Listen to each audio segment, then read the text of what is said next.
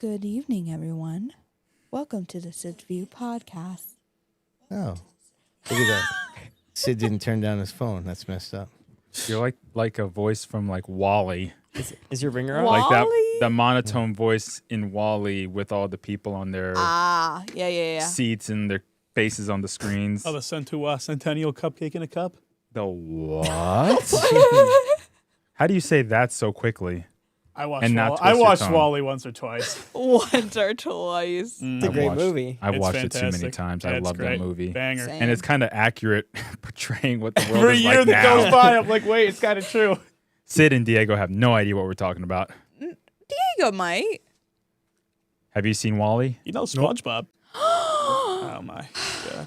Only Wally I've seen was at Wall-E doll and back. I was going to say that. You beat me to the punch. the Wally World. Yeah, Wall-E's World. Yeah. That was a NASCAR segment. All right. Well, you may think that a lot of stuff got rained out, but we got stuff to talk about. That's for damn sure. Oh, by the way, Savannah Bananas secondary market. That's where you got to go. That's what I saw. Really? Yeah, Old we were talking about it Ticketmaster. last time. Yep. CT Racing Corner is here. What's up? All right, here we go. He says, hello, I'm here.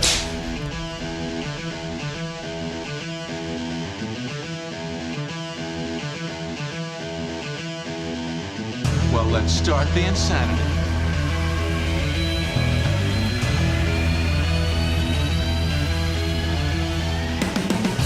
What's up, everybody? Welcome back to the Man Cave for the next edition of the Sid's View podcast. Remy's telling me that nobody can see us, so what I'm going to do is just go like that. How you doing? All right. Hey! Oh, the music's good. Is the music gone? That's No, a here, no shame. more. What a shame. How about we just kick it back in like that? Yeah, All right, here we what do you go. mean it's gone? Diego, say something over there, will you? Hey, man, we had some rain at the bowl. I did make another appearance in Stafford. Not much to talk about, but we're going to get the show going soon. All right, our girl Reminator's over here on the Am I controls. going to be the one doing this? Well, I called Johnny L, see if he wanted to do it. He said, dude, I just got married. I don't got time for that. Yo, it's a beautiful Tuesday. I'm here with my boys. Let's do this. All right, down in the bullpen. I don't know what Rob's wearing, but he's here. What up, everybody? Your man Rob back in the house. You can tell the burnout is real because I've not worn a bowling shirt for 2 weeks in a row. It's getting to my head, Sid. Season's running long here. Yeah, I hear you, brother. Listen, we're mixing it up today. Our man Preston is back at the news desk. What's up, dude? Well, we got some Fast Fridays. Well, the live wire goes from junk to jubilation. Ah, very good. Ooh, that I like was that. nice. And you may be wondering, where the hell's Bonssa? What do you mean Preston's doing the update? Don't worry, Bonssa's still here. What's going on? I ain't going anywhere. Glad to be here. Oh, man, it's incredible. I have to tell you, we said we're going to take a week off from having a guest in, and that was one of the most chaotic pre-shows we've had in a while. Probably one of the fastest. What the hell? I mean, it has turned into being, the podcast has turned into be such a cool thing Yeah. that just going over basic notes now to keep things Seriously. tight. Yeah, Yeah. that takes 2 Threw us hours. all Like, off. it was like, man, it's already showtime already. Damn. Oh, man. So listen, let's again, we have to give a big thanks to all the viewers out there. 4 weeks in a row, over 2,000 viewers. Can Hell I get yeah. a hell yeah? I beat you to the punch. Really Damn. awesome. Last week was our third most watched episode ever. So huge thanks to everybody that goes out there and turns on YouTube and clicks us on Tuesday nights. We appreciate you spending your Tuesday nights with us. And even though we are once again light on the action, we have plenty to talk about. Let's do a couple things. Let's do the modified hard hit here real quick. So we have a couple things to go over. For starters, we've talked to our main man, Kaz Williams, and we have decided that this is going to be the last modified hard hit of the week. We have a nominee that we will get to here in a second. But we are going to have a new giveaway that will involve more divisions and more tracks. And you're just going to have to wait till the end of the show This is going to be to awesome. find out what it Sid, you is. tease. But for now, we still have one more modified hard hit of the week. It's one of those weeks, Diego, where we only have 2 nominees, Lucky for them. and they happen to be in the same wreck, the Say same lucky, did you race. say lucky for them? Well, I mean, there's not a lot of There was competition. not a lot of competition this week. Reminator, hit it. Number 4, now Flynn becomes a pace car hard into the outside wall. Oh my God. Extremely hard. I thought he was upside down at first. He couldn't even tell it was so destroyed. Got a piece, but the 14 of Stephen Chapman hit the wall a ton. The window net is down though in the 14. Here's a Oh look my at it. gosh. Back of the field, off of turn 4, 3 cars come together. Couple of big impacts into the outside wall. Some contact with 71. Oh, that's great. Being And the up Chapman in the machine. turn 4 suites, And then, of course, I the had a third car bird's had eye no view place of to that go. right below me, Yeah. and TV does not do justice on how hard that hit was. You were up in the suites this week. Yeah, that's Yeah. where I was standing in between the 2 suites in turn 4. So that happened directly in front of me, and that looked like it hurt. Yeah. It So- was, and that's concrete too. Oh, yeah. Yeah. It took a while for that car to come back down. And I was like, who's under him? Nobody was under him. So that alone tells the story. So 2 nominees, Stephen Chapman and Alexander Pearl. The poll has started in the live chat. You got to become a member to vote. So we will check back on that throughout the show and announce the winner at the end when we, once again, will be unveiling a new giveaway that we're working on with Cause Central Auto. So a couple little housekeeping notes here, Diego. Last week's show, we got into a viewer mail segment about the playoffs. Yeah. And about the tiebreakers and the difference between Mike Brightman. No, not Mike Brightman. Saradinsky. Well, first of all, Cavallero, who was yeah. injured, Yep. but still made the playoffs, even though he is not able to compete. And then Scott Saradinsky and Nick Brightman, who were tied. So chatted with Ed St. Germain over at Seekonk. The rule at Seekonk is when you have a suspension like Saradinsky did, you are ineligible for the postseason and any postseason awards. So it's basically like you just take him right out of the mix. Yep. And so that's why Brightman goes in instead of him. So he basically is eliminated. He just basically Right. erases There his is name. no Yeah. tie. Yep. So that's the clarity there. Diego, we also had a little something circulating on the old socials today. Oh, yeah, we did. Yeah. Yeah, I honestly didn't know how to take it. We come in here, we do this podcast weekly, and I legit try to give everybody the benefit of the doubt. I never want to throw shame on anybody's name. And this week, Race Day CT has decided, I'm scrolling through my feeds and I see my face, and I'm like, what the heck is this about? I don't know what this is about. It is shocking when you see your mug there on It social. is. Yes. What the hell is that? It is. And I'm like, oh, this thing's going to get a ton of clicks here. But, some things were said, and I can just say this. For anybody that actually knows me out there, I actually give a crap about everybody. And it takes more energy to be mad or mean at somebody than it does just to really love everybody. And so with that being said, I'm not coming on here to say anything negative. I'm actually going to apologize because the last thing that I ever want to do is take food off somebody's plate, especially in small business. I would never want to do that. I support as much small business as I can possibly, from carpenters to whatever it may be, all the time, because I am one. But with that being said, I think I was misunderstood slightly, and I didn't mean for it to come across like it did. And I'm just not going to drop, honestly, I don't feel it in my heart, and I'm not going to drop any negativity on it. I'm sad that it was posted today. I wish we could have just talked about it, because I would apologize right away. Never meant to hurt any feelings. I can say that. And I just come on here and do something that I love. I talk racing. I try to be as honest as possible. And, that whole situation, I know I'm dragging it on a little bit, but there was there was stuff happening prior to that, and maybe I fell into that a little bit. Yeah. But obviously, I didn't mean to throw any shame onto anybody. So that's kind of where I want to leave that. Yeah, and listen, I appreciate that. I appreciate you addressing it. I never thought that there was any ill intent on your part. I mean, to try to see both sides of it, I see where Sean was upset about it. And, definitely if he feels like the integrity of what he does is in question, and listen, I know there's a lot of people that don't like him, and that's fine. And they don't like that he broke the story on Mike Christopher Jr. But, we live in a free society with the freedom of the press. And, right. That's the thing that, and I've said this to a few people, and again, we'll move on here. But the thing that I've talked about a few people with this, Bonsa's been one of them. 20 years ago, for him to have this kind of breaking news would have been applauded. Right.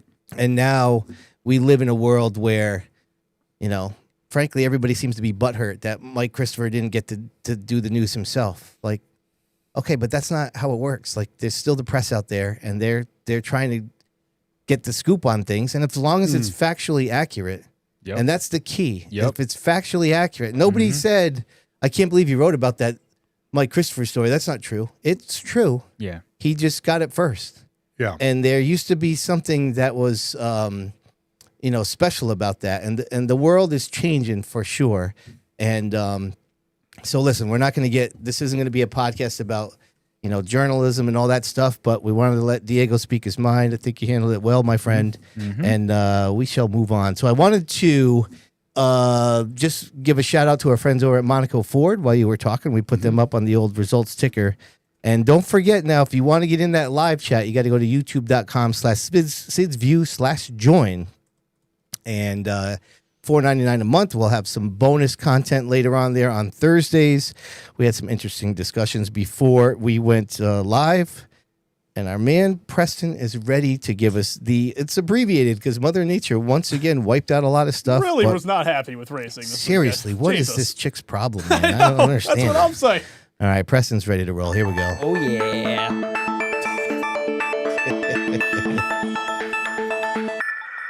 This week's update is brought to you by Fowler's Auto Wrecking. Friday at Stafford Speedway, point leader Mikey Flynn gets his second year win of the year, while championship contenders John Pulio and Michael Christopher Jr. had a really spirited battle for third place. Spirited. Good way to put Spirited's it. a good way to put it, That's yeah. an understatement. That's definitely a way to put it. Yeah, that's a tremendous way to put it. All right, what do you say, Rems? I do have the video. Okay. But there was a bit of contact there off of turn number 4. Flannery had to back out of it. That forced Pulio to check out of it. All right, and so opened the door for Mike Christopher Jr. Diego, your thoughts on that? I think that was a boss move right there. Yeah, that's not bad.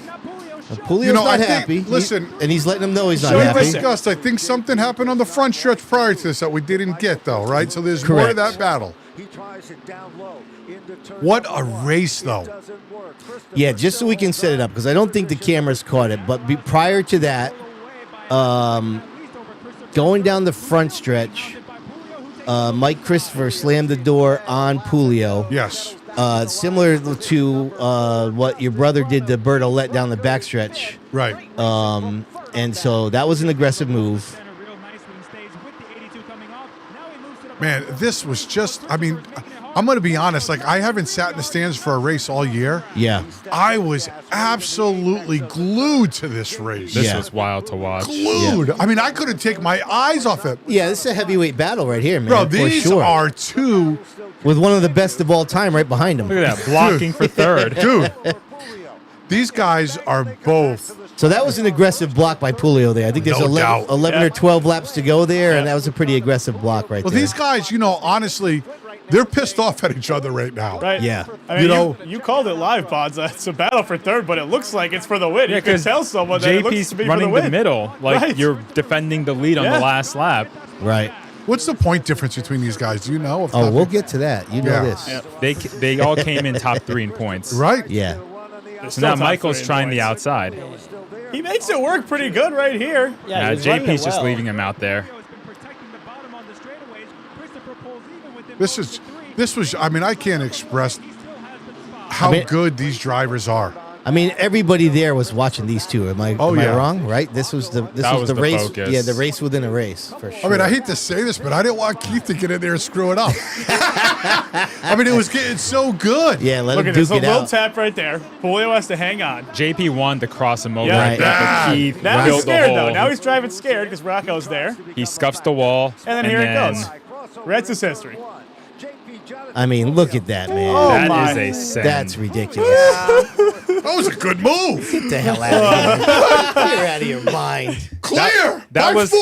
That was one of those cases where it's like, all right, I'm hitting you and making sure you can't get back to me. Yeah, I mean, listen, that's an unfortunate end to that whole battle, but man, those are two true heavyweights in that division.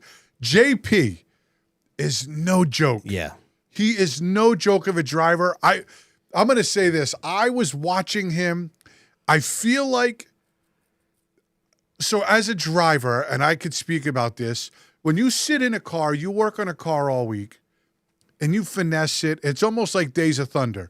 You're doing this, you're doing that, you're cleaning it. You sit in the car for the first time to go out for practice. It's like getting back in that recliner that's your favorite recliner, and you can't wait to watch a great movie. Yeah. And to me, JP looks like, to me, he controls every wheel of the car. That's what it reminds me of. He has such great car control and is such a good driver.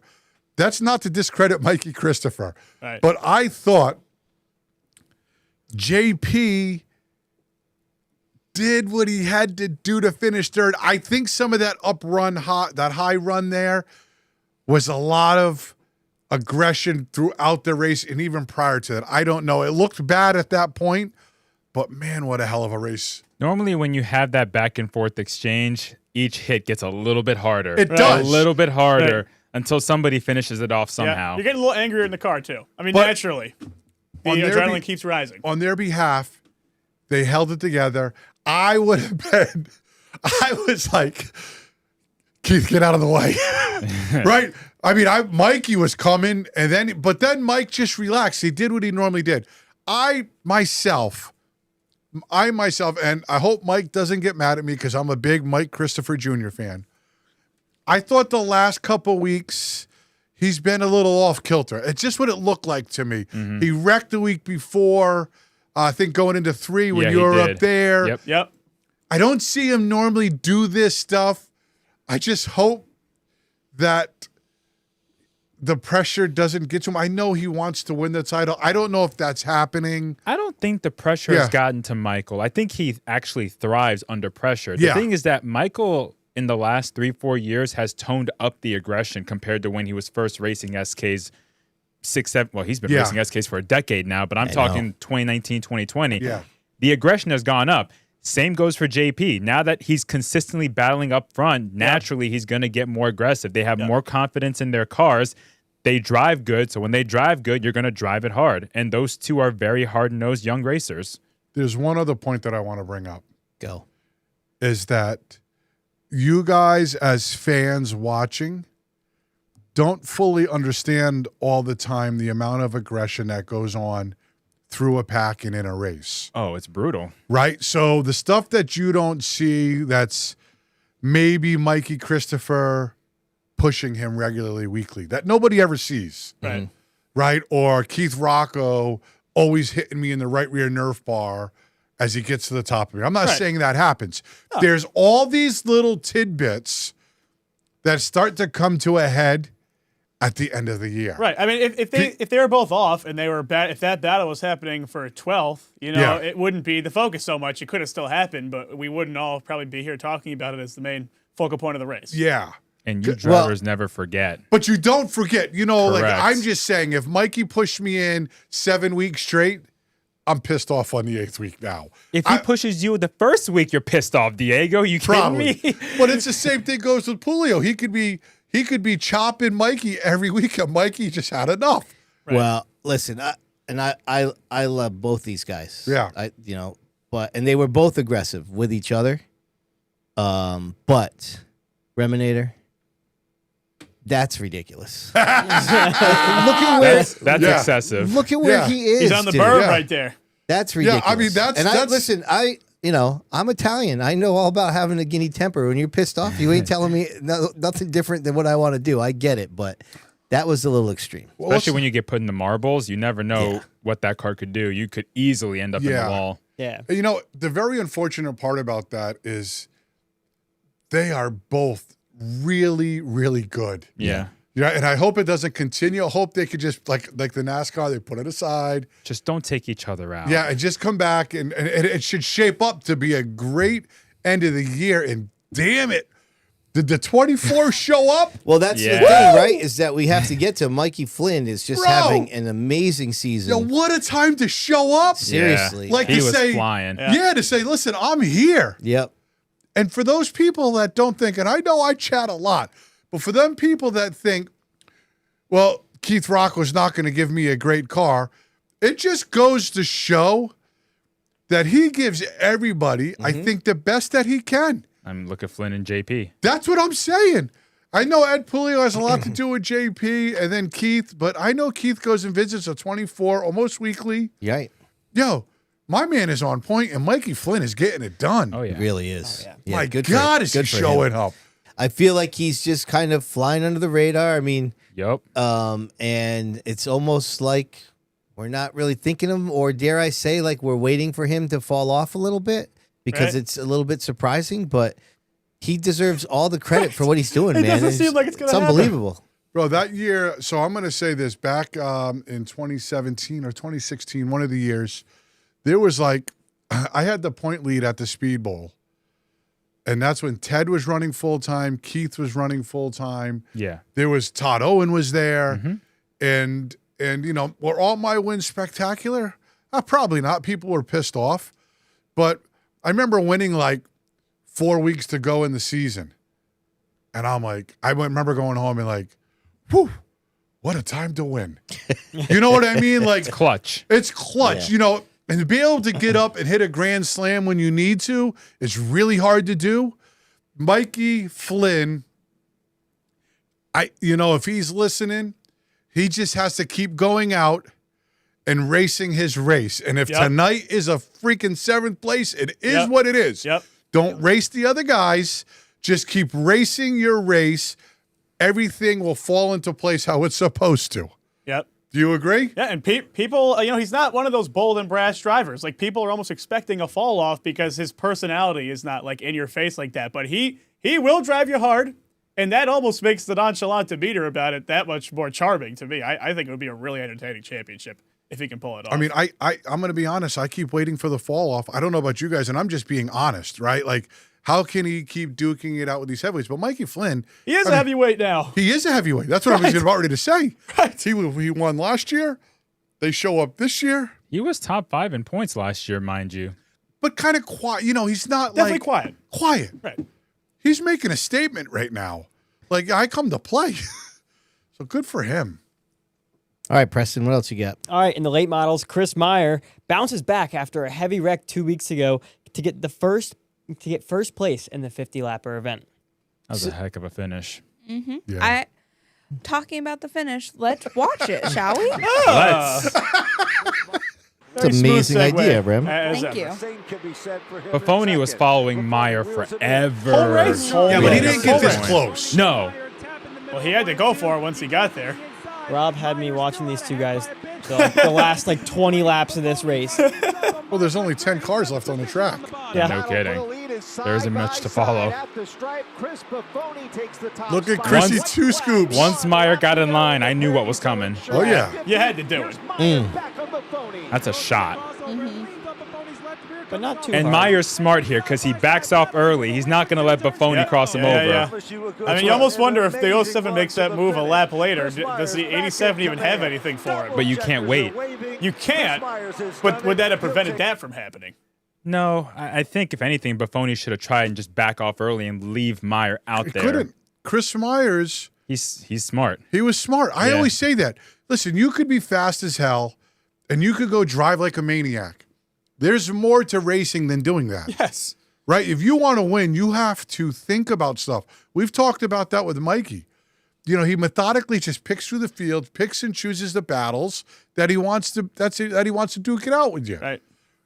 That's what Chris Myers just did. He knew that he was going to get the crossover, but he had a really good car.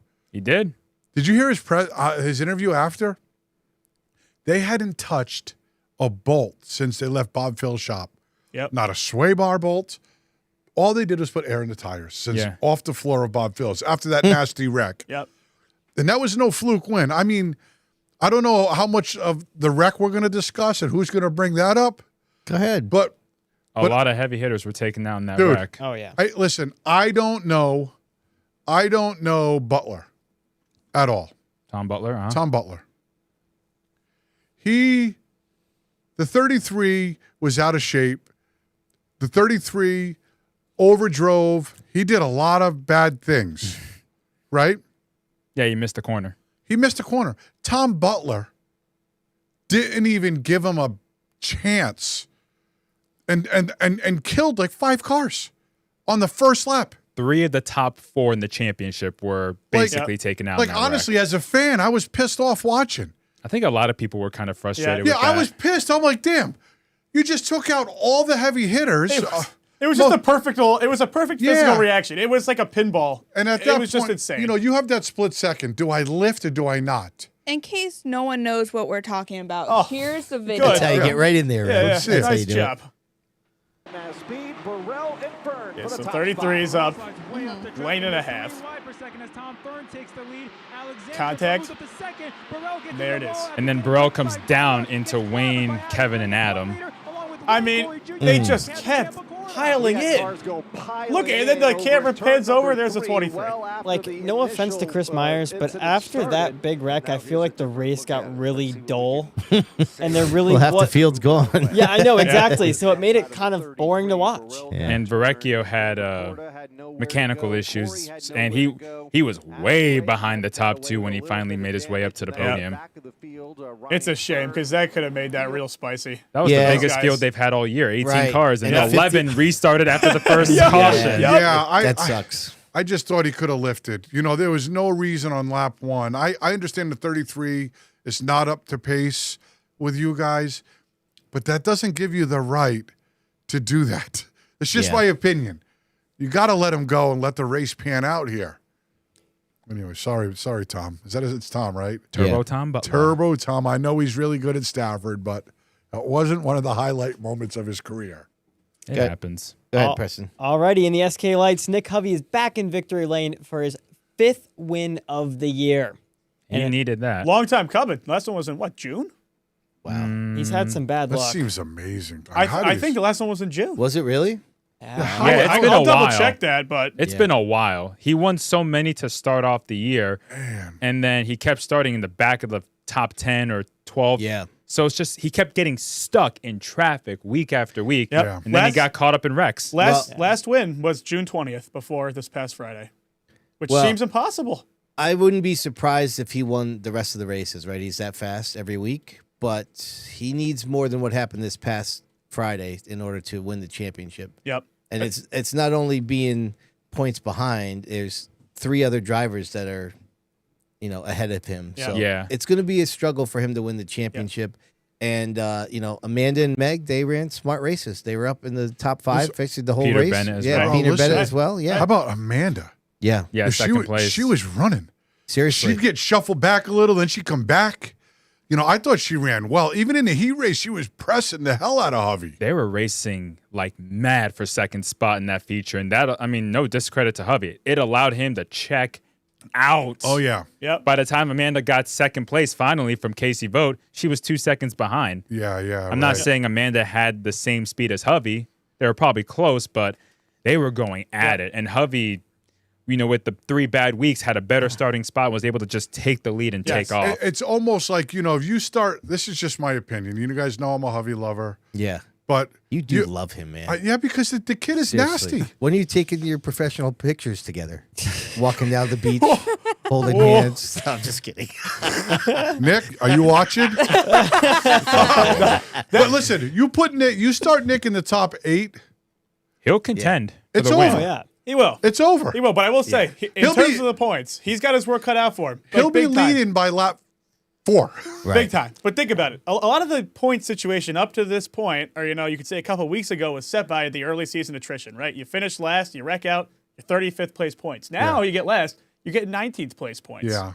It is a lot harder, even if those other guys have bad days, for them to make up the ground lost in the last 2 months. Sid, you got a nice camera? Yeah, you guys. You're still thinking about this. This is print up some concerning, nice Diego. new shirts. No, I'm not. I'm gonna go topless. Yeah. Oh, jeez. What? Oh, What? So I got to bring my wide angle lens.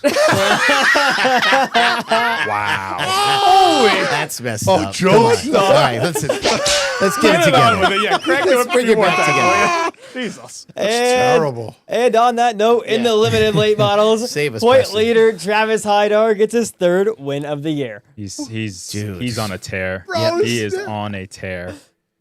It's it's funny. Like half of us, I think we were talking about surprises of the year so far before we went live, and some of us are surprised and some of us aren't. But it's that he's doing this well. I didn't, I thought maybe he was going to win a race, but to be this consistently good, and now it's almost like he just keeps getting better. Oh, right. You know what I mean? Yeah. I think he stayed in the top 5 in the last 2-3 months.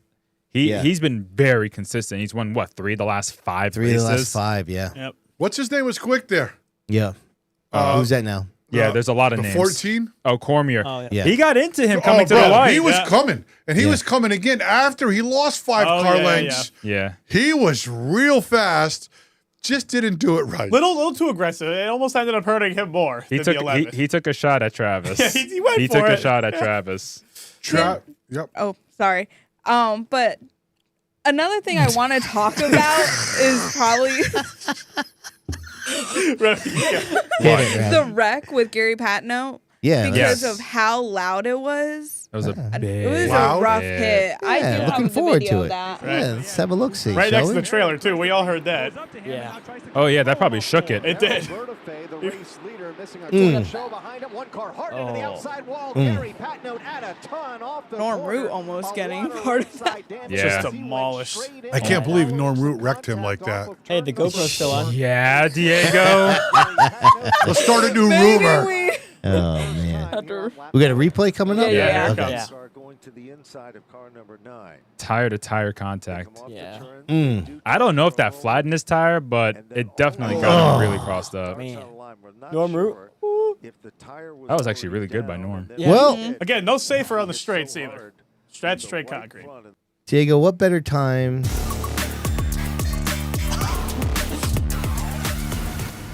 These quote of the weeks, they can get, tricky to find, but I was watching a little replay over here, and Patno, he did a little, he went back a little bit in the old memory bank for the quote of the week here. This is him getting interviewed by the gunner, John Gates, at the, after the wreck. I couldn't help but think, and Dan Avery told me some years ago, if you're racing fast and you're racing for wins, someday you're going to hit hard. Dan, I remembered that. And that was a hard He hit hard. I know. Yeah. Sun's out, guns out. Damn straight. I know. Hey, Built. it's warm in that race car, don't it? Yeah. True. Is that accurate, Diego? Warm. No. What Patno's quote there? When you're Yeah. racing hard. Yeah. Oh, yeah. racing up front. Listen, anytime you are trying really hard and you're fast, which Pat Note is, Yeah. sometimes not just wheels fall off, the whole clips fall off.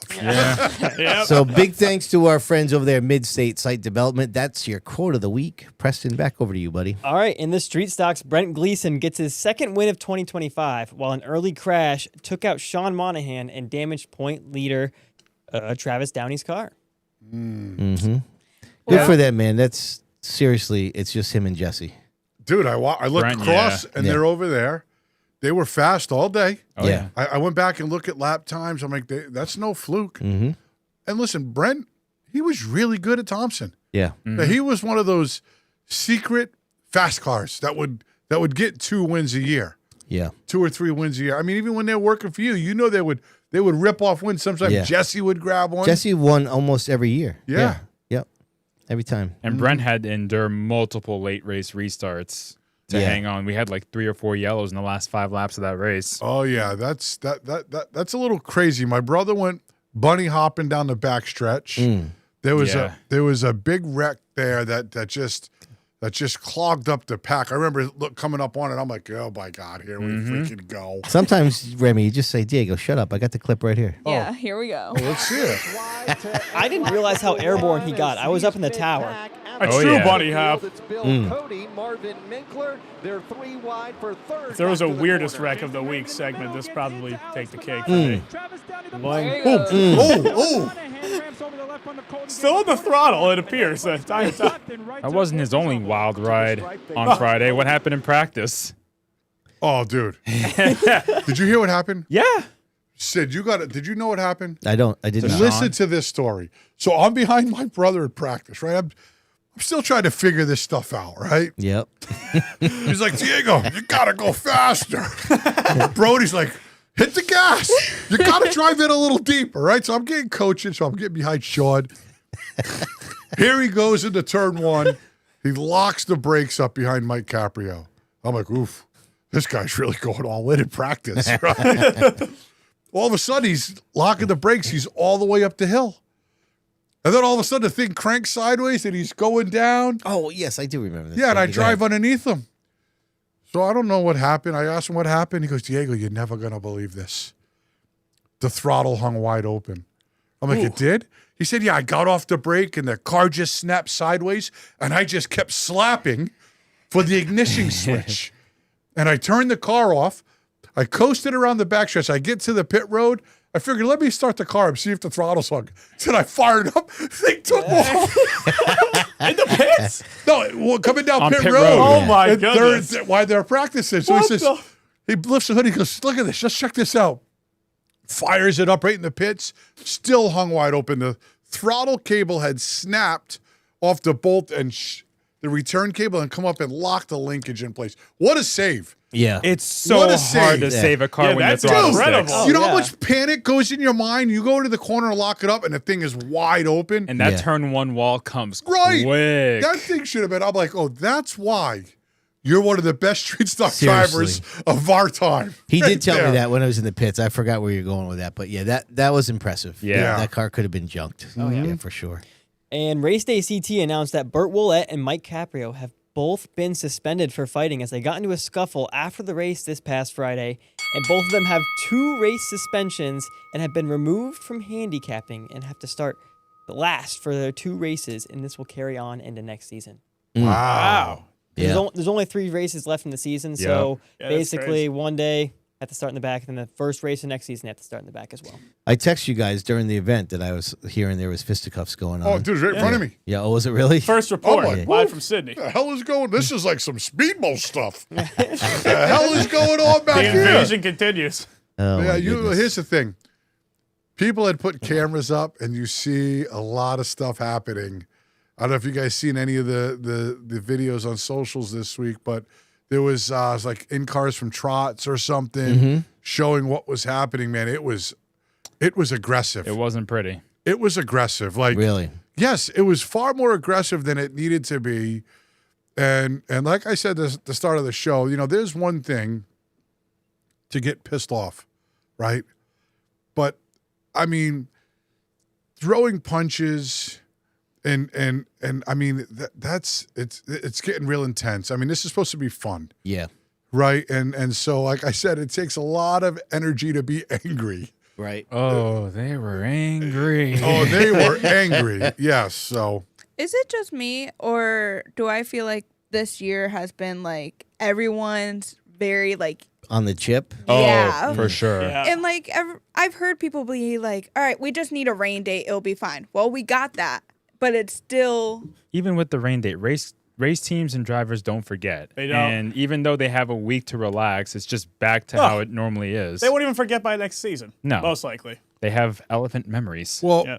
here's the other thing. The division has been very competitive and physical. A lot and of cars. physical. A lot of Right? cars now. There's too. been a lot of cars. It's been physical, and there's different winners every week. And that stuff, you know, that it can't get that physical in the pit area. And I don't know about you guys. I don't know if it's over the top of physical in the street stock races. sometimes it does look like it. I was in the infield and I seen some guys. I was going to say you had plenty of time to evaluate. You I was sit like, there. listen, you guys will see this. When you're in the infield, it's a different look. Oh, I know. You see more things than people see in the stands. Yeah. You're like, ooh, that was a dirty move. Oh, yeah. You know what I mean? Yeah. That move right there would have pissed me off. Well, that's the thing. Would it piss you off? And you're like, yeah, that would piss me off. Yeah. Now I see why he's pissed off. Yeah. So, Diego, your brother alluded to that there's a potential you guys are going to be swapping rides here. What's going on with this? Well, I don't think I'm swapping anything. To be honest, I like to do things. As I've gotten older, I really like to go through the cars, but we have discussed this before. I have little JJ, I try to spend as much time with her as I possibly can, and I always put those guys first. And then we have our race cars. Even though we haven't raced in like 3 months, I still work on our that's late what I'm models. saying. So the late models are off again on Saturday. Yes. So you could have a wonderful weekend with JJ and still race Friday night. Well, I haven't worked on the street stocks at all. Get on Because it. I've been, Monday, I forgot what the hell happened. But Helping your case here. No, here's what happened. We're actually prepping because Emma wants to Delivery try. on that was just flawless. We're prepping our white car to go to Thompson for the big race. Yeah. So we got the car ready. I'm loading shocks. We're doing all this stuff because I have a busy week. Yeah. And we just don't have time. That's more important to me than going having fun at Stafford. But I do want to make a return. Maybe one more time. What happened to your car on Friday? Distributor broke. Ah. Everything has happened. Every time I go out, there's been another small issue that has hampered us. Sean will probably take it out this week and go out and wax the field. You know what I mean? That's where we know the car is not the problem. Right, folks. right. All right, real quick here. The update is Stephen Chapman, 69%. Alexander Pearl, 31%. We got about 60-something votes in. Wow. So we will revisit that. Don't forget now, new giveaway we'll announce at the end of the show. Preston, back over to you. All right, and Friday at Seacon Speedway in the Pure Stocks, defending champion Brent Robideau gets his 5th victory of the year. Looking strong. Oh, Bro. yeah. Those guys, I hear their name every week on this podcast. Yeah. They win races, man. That's what they do. Oh, yeah. And in the Sport Fours, Daniel Hayes hangs on for his 2nd win of the season. He had to hang on. That was a heck of a battle at the end. And in the Legend Cars, Jacob Rowdy Burns gets win number 6 on the season. Dude, this guy.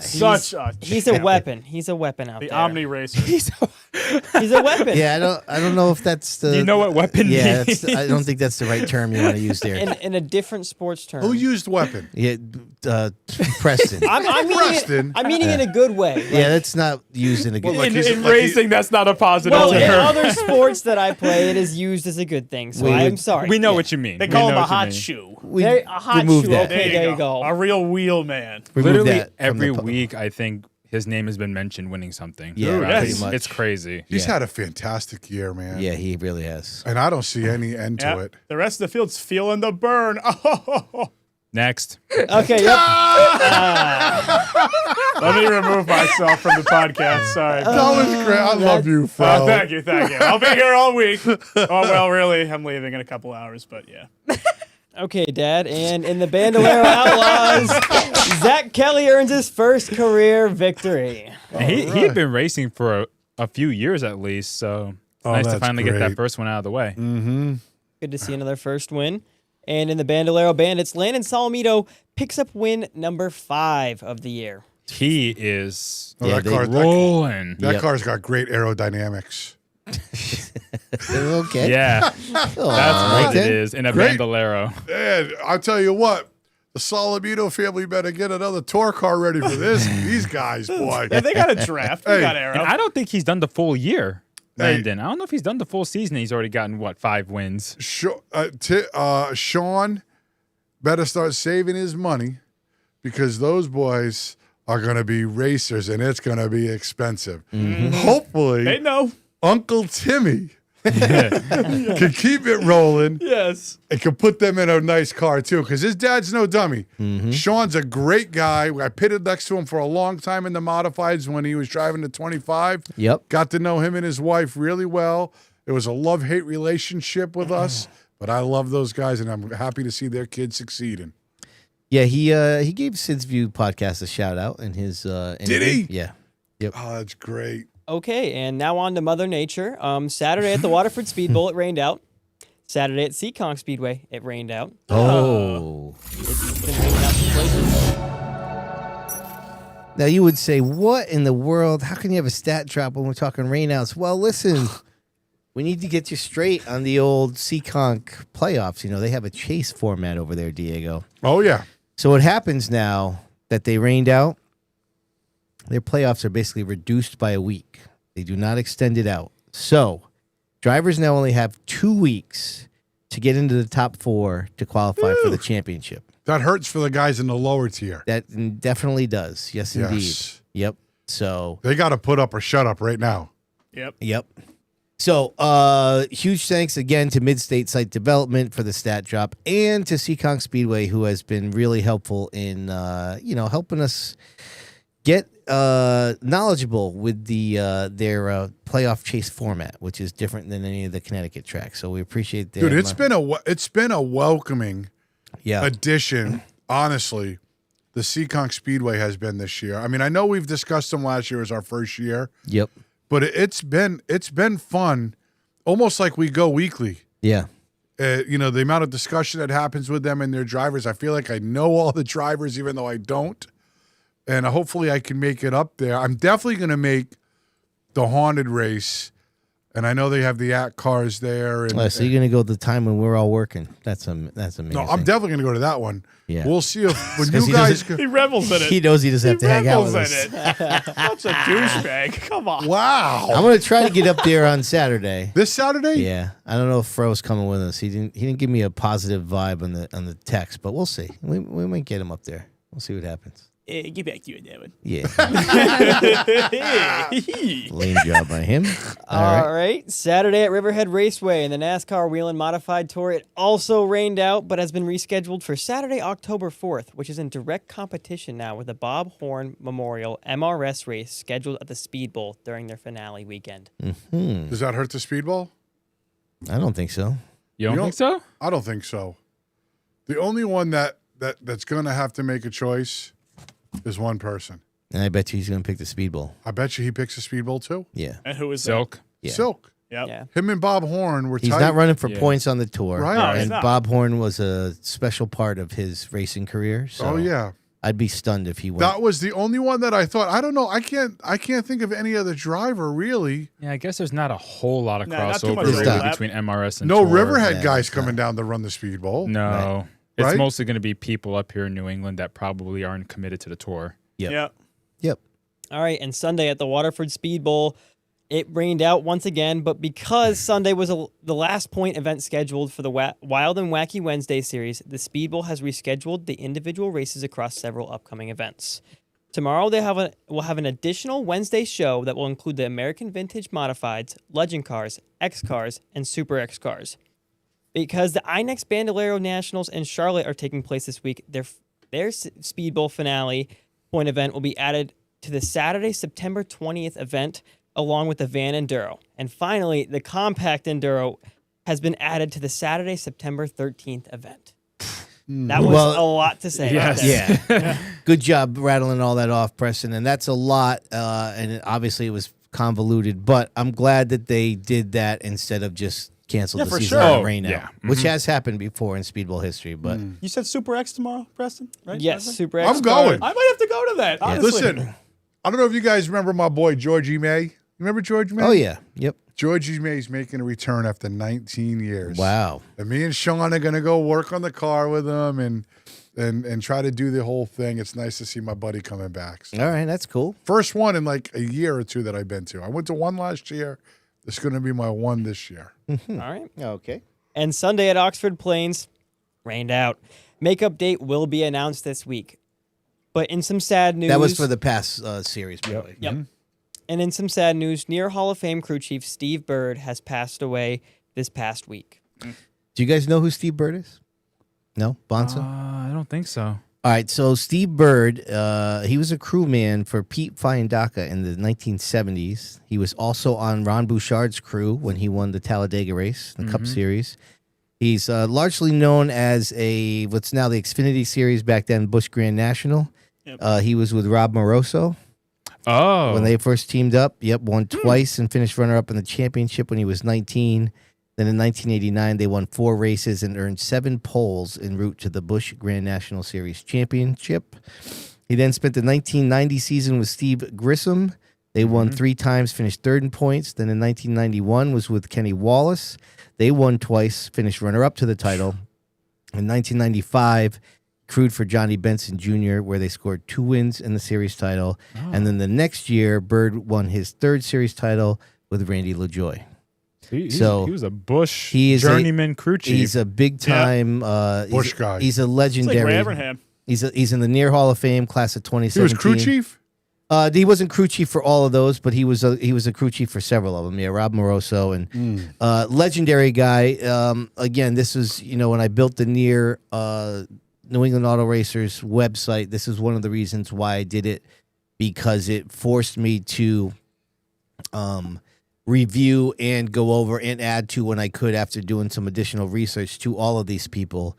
And you come across somebody like Steve Bird, and then you read his bio, and you're like, how have I not heard about this guy before? Really You know what I mean? cool. Yeah. So sad news when I saw that on social media there. Sometime I think over the weekend he passed away. So just thoughts out to his family too. Legendary guy from behind the scenes. Then also we got some news announced at 7 by Race Day CT that Fern Motorsports will be shutting down their late model team effective immediately. Wow.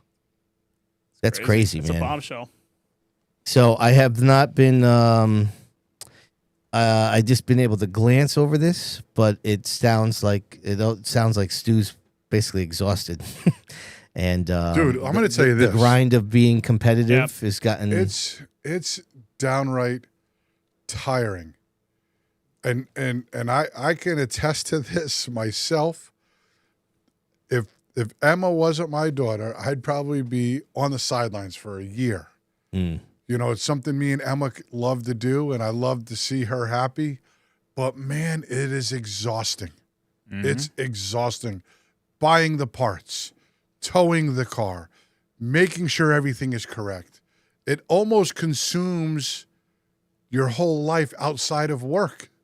It's that bad. And they have 2 cars showing up weekly, right? Yeah, I believe so. Right, his one full time, and then they have 2 part time. The 51 and 32. Yeah, the Josh Wood the car. 51. That's one of their cars too. Yeah. That car's been showing up almost every week. Yes. Not every week, but Narducci finished second with it once. Yeah, I this year. remember that. And that car ran really good this week. Yep. And the 32 has been showing up like the last 3 weeks straight. Yeah. So they have 3 cars. Let's just call it for 3 or 4 weeks. It's probably exhausting. Yeah. To making sure that every nut is tightened and everything is ready to go. Every tire is sized correctly. It just gets to be like, oh my God, I need a break. It's too bad. Yeah, it just always sucks when you lose a race team when they Of shut course. down, especially in a time where you don't see many new teams coming in. Yeah. Yep. And that team has left their mark in the late models at Stafford. For sure. They have nearly 100 late model wins and 4 track titles between 3 late models and 1 limited late model championship. They've done a lot. The 12 car is fast. She's had a decent year. Yep. She just finished 4th last week too. Yeah. So. No, it's a shame. Yeah, that's a bummer. That's definitely a shocker. I mean, we were that was another thing we were talking about before we went on air, right? Surprising things. There you go. This one I think wins. Yeah. Right? Wow. Yeah, that's nuts. I would have never guessed that was going to happen. Especially in a division where you can't really afford to lose too many more cars. Yeah, right. It's an awesome division, Yeah. but Just as they were starting to creep up to that 16, 17, 18 mark, now I feel like they're almost back to where they were at the season starting. Yeah. Tough. And Time to bring in the ACT cars.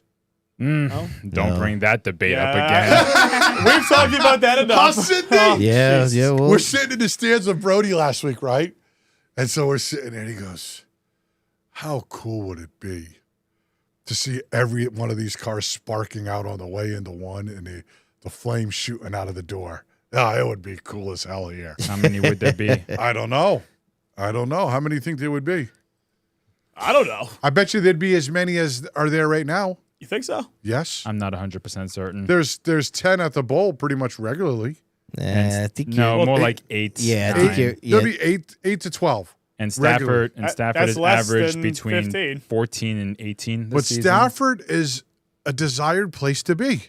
That is true. Yeah, but they already have this great hierarchy they've set up with those fendered cars. Why would you bring in the Act No, car? I know they wouldn't. I'm just saying if they were to bring them, there's it's a place that is desired to be at. I think instantly they gained 5 more cars in the Speedbowl. That's just my thought. But how many late models do you lose that are running the old chassis? Yeah, it's definitely an if it ain't broke thing. I know the car counts have been a little inconsistent, but I wouldn't call it broke. I mean, I don't want to go there because those guys do a fantastic job. Obviously, they know what the hell they're doing. And I say old chassis, half the division now are running brand new chassis. So it's not like we're just running fossils for race cars. Like people are still making brand new chassis. I got a for the question. Stafford late Do they have models. official races there?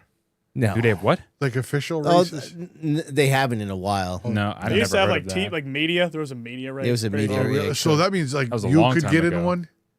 I've had people say they would let me drive a race car, but I'm not. Come on. Would you do it, Bonds? I'm not paying that crash clause. Nope. Nope. Oh, Not hard worth it. crash. All right, Preston, is that it, buddy? Yep, and that was the weekly update brought to you by Fowler's Auto Wrecking. Well Attaboy. done, my friend. It's All right. amazing. No matter who's racing, who's not racing, we still reach an hour with that segment every time. Oh, We yeah. almost always do. All right, Incredible. let me. I forgot to show these. Why I was telling you about here. I got a couple. Let me give you a little couple pictures here of. That's our man Steve Bird right there, and this is him It's a tough underneath the hood. I don't know what Tough. car that is. pick. Yeah. Oh, yeah. That's with Rob Moroso. And then after, He had his own shirt. Look at Bird. I mean, why would Yeah. you, right? Look at the hair. And then that is Bouchard after the Talladega win, and that is Steve Bird celebrating there on the hood. That's the old school celebration. Everybody jumping on Yeah. the car as it drives to victory lane. Yeah. Yeah. Oh, So, that's so I awesome. forgot to show those yet. Let's do a little points, shall we? You were asking about that earlier, Diego. Let's see him. Let's have a look-see here. Our friends over at Stafford Ooh, Speedway. look at that SK battle. yeah, that's crazy. So, Pulio now 4 behind Mikey Flynn, and Junior is 14 behind. Rocco and Talman rounding out the top 5. Adam Gray has got the 12-point lead over Verricchio. Smart play by Gray. What's the matter? Is that not updated correctly? Verrecchio should be the point leader. Okay, my bad. Maybe I didn't do the names right. All right, hold on. But Gray did come back out. What a after that great wreck. move. Yeah, it was that- smart. that That Did you was see the really wheels smart. wobbling? Everything looked There was bad. no hood. I don't think there was any water in it. He busted the radiator, so I'm Right. not sure how much was left in it. So they might have just drained the water and said, just go make a lap and pull it right in. yeah. He gained 3 spots, which Yeah. is 6 points in the track. Yeah. Bonza, you're right. Yeah, Verricchio and Adam Gray should be flipped over. But But the points are bad correct. job by Okay. me. The points are correct, but yes, it's Verricchio that has the 12-point lead. Yeah. Excuse me, and the rest of them are correct. Duran, Gamba Corner, and Daryl Keene. So SK Lights. So Meg Fuller now is 22 points ahead of Wow. Amanda West. That's a healthy point lead. For real. 28 Is it against 2 Bennett. points per position? Yes. Correct. And 30 over Hovey. I don't know if 22 is considered healthy. It takes one night. Well, I there's know. only 20 cars. If you wreck and she wins, If you stay out of bad luck, that's a good point lead. Yeah. Because if Like I said- if he wins and you finish 11th, bye-bye. Correct. Yeah. But we'll have to see how that plays out. It's going to be interesting for Yeah. sure. Yep. So interestingly enough, we were talking about we talked about Haidar for sure before. Lafayette has crawled back up into second place. Yep. Now he's still 50 points behind, but it's good to see him kind of rebound in there. And then so Downey now has what is that? A 8-point lead over Aaron. Yeah, that's It ain't tightened up. much. It ain't much. Yeah, and Bert's gonna fall out of the standings there. that's going to be a great little battle because obviously Downey's a returning champ, right? Yep. Yep. Plemons, he's hungry as hell, man. Yep. You know, and we didn't mention this earlier. I don't think he's up there, but damn, is little PJ Evans wheeling his butt off. And Yeah, at a podium. Oh, yeah. yes, he's wheeling Yeah, his I think butt he's off. just out of the top 10 in points. Yeah, he's been 10th or great. He's 11th. been a He's lot missed of some fun. races. He's Yeah. 11th. Yeah. Been a lot of fun to watch. Yeah. Yeah, he's missed 3 races, but he is 11 in points, and there is several drivers that have been in all of the races that have less points Very than he impressive. does. It's impressive. I think every race that he's done, except maybe 1 or 2, has been a top 5. It's unbelievable. Yeah, he's been ridiculous. Let me see here. 7 of 11 he's finished in the top 5. So, Wow. Yep, he's having a good year up there for sure. All right, let's check out the old Fast Fridays. So this is the playoff points now set up here. Now that's how they do it. Yeah, and they did not get rained out. So so the Fast Fridays actually have the full 4-race format here. It's the Saturday ones where they only have 2 now to qualify for the championship. So that's what we're looking at here for Fast Fridays. Let's do a little bit of the touring divisions now. Last week we were looking for some updates. We did get the update on the New England Supermod series. They take a little bit of time there to update those. I was trying to confirm with our man Scott Tapley if the Oxford 250 was a points race or not. We were not able to confirm that, but if it was not, then those points are accurate. And then over in the old the NEMA points have been updated. Randy Cabral now is leading both the NEMA and the NEMA Lights. Nice. And the Pro 4 Modified's also updated. And Rob, you'll be happy to know your boy Rob Ricciardi has broken into the top 5. Oh, yeah. In the old Pro 4s. So he's fast though. big thanks to Stafford and Flagman Graphics and JDL Motorsports for helping us update the points. And it is time now for the Reminator to get settled in. It's the most exciting time. I'm going to just talk some words here because she's going to get herself a glass of water. And we are going to let you know that it is time for the Waddell Communications Nostalgia Nugget of the Week. Pretty good. That was solid. You're looking for that robotic sound. That's the best one in a long time. Yeah, I I'm agree. thinking we freaking nailed that one. I'll tell you that. So this is a good one for you, okay? I went over to see Mike Christopher Jr. They're one of my many stops as I wander around Stafford Speedway when I go up there on Friday nights.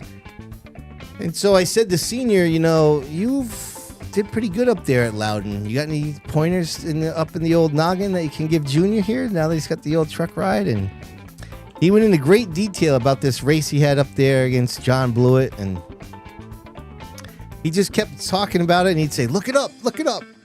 And then he would talk about it a little bit more. Yep. Look it up, look it up. Well, you know what, Senior? I looked it up, and we got the footage. So let's go back to New Hampshire, Loudon, New Hampshire, July 7th, 2000. And this is Mike Christopher Sr. Who else we got in this one? Go ahead, Remy. Throw it up there. Reggie's in the black number 2. John Blewett. Yep. And John Blewett. John Blewett in the So yellow that's 77. Correct. Him and Reggie going Nerf bars right there. And then that is Mike Sr.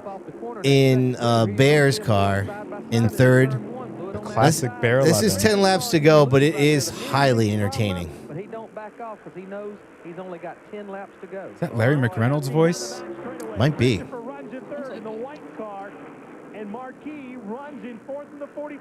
Jerry Marquis in the Yeah. Fiore He was car. nasty. He won That the was the year championship. he won the championship, Yep. yeah. He was the champion. This is that what, year. 2000? Is this pre or post the plates for them?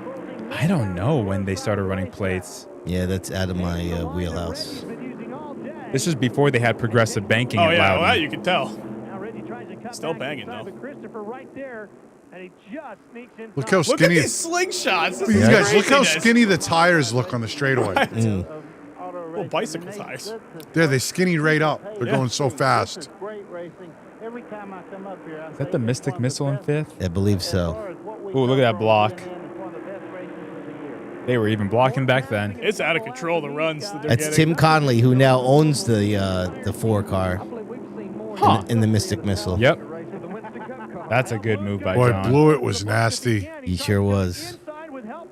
Those front tires do look skinny. Do you see how skinny they look? Yeah. So that's the Kurt Chase 77. Isn't that the car that Junior's, isn't he in the... Mike Christopher Jr.? Yeah. No, that's the Putnam 77. Okay, my bad.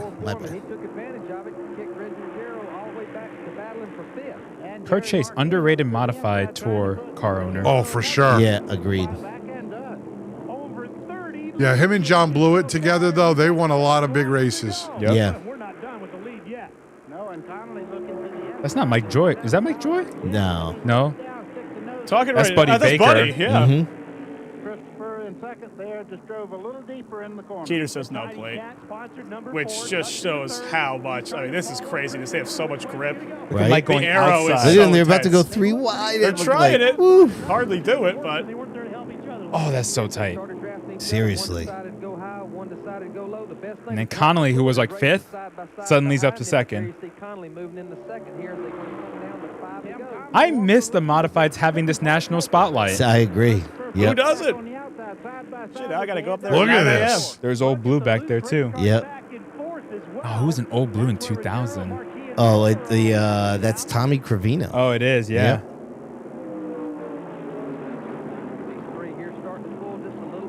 I mean, it's just nonstop. You can't You get know what I'm away. You saying? almost don't want to leave. Right. How can you? They're about to get a run when they're side by side for second. Well, don't they say the Cup teams usually watch this race because Yeah. it's one of the most exciting races? Pretty Oh much. yeah. Reasonably so. Remy kept saying, like, you sure you want to go back that far? And I'm like, well, I think so, because it's just It's beautiful. It's just mesmerizing. And Mike Seriously. Senior's front bumpers punched in, I think, too. So it's really hard to push. Let's see if Reggie can catch him with just 4 to go. 4 cars to settle this one. Oh, look at that run he got. Oh my Seriously. goodness. It's crazy. This is pre-plate. Yes, That's that's, what Rich Keeter said? Keeter Right. said. Look yeah. at Reggie come back with the deuce. That's it. Right. Even that's a He testament came to out how of much grip nowhere. they got. Was this the year that Stefanik went to trucks? No, that was 99. Okay. Look at these guys. Oh, he wanted to cross him over, but he Yeah. couldn't. He hit him instead. Dude, Blewett was so good at defending and everything. My God. I mean, no unrestricted engine. The runs are more out of control. They're hauling. Yep. 2 laps to go here. But like the drag, the power. I You know it's it's such a so dirty good thing when to Mike say. Christopher remembers because he don't remember a darn thing usually. He was so funny talking about it, and he would like give me a little tidbit, and then he kept going back. It was pretty funny. This is how I got into modifieds when they would show them on TV. Yeah. The Loudon races. Larry Mack's calling it, right? Yeah. Larry Mack. Is that and Buddy. Ralph Shaheen's voice I'm hearing? It does sound like Yes, Ralph. Yep. that's what Keeter said at least. Yeah. It's the last lap. Watch that lap Lap car. car. Yep. Oh, the Perma Boy, Permabath, whatever, 98. Oh, so Look much at all that lap lap traffic. Yeah, the lap traffic definitely Played a it role. kills everything. Yeah. Yeah. He had no choice but to just shove him on through that corner. Nothing. Can't really go outside. So that's it. Blewett gets the win. He tries a little something here. Let me give you a little ridiculous. Let me follow this up with a little ridiculous stats, okay? This is the leaders in this race. You ready?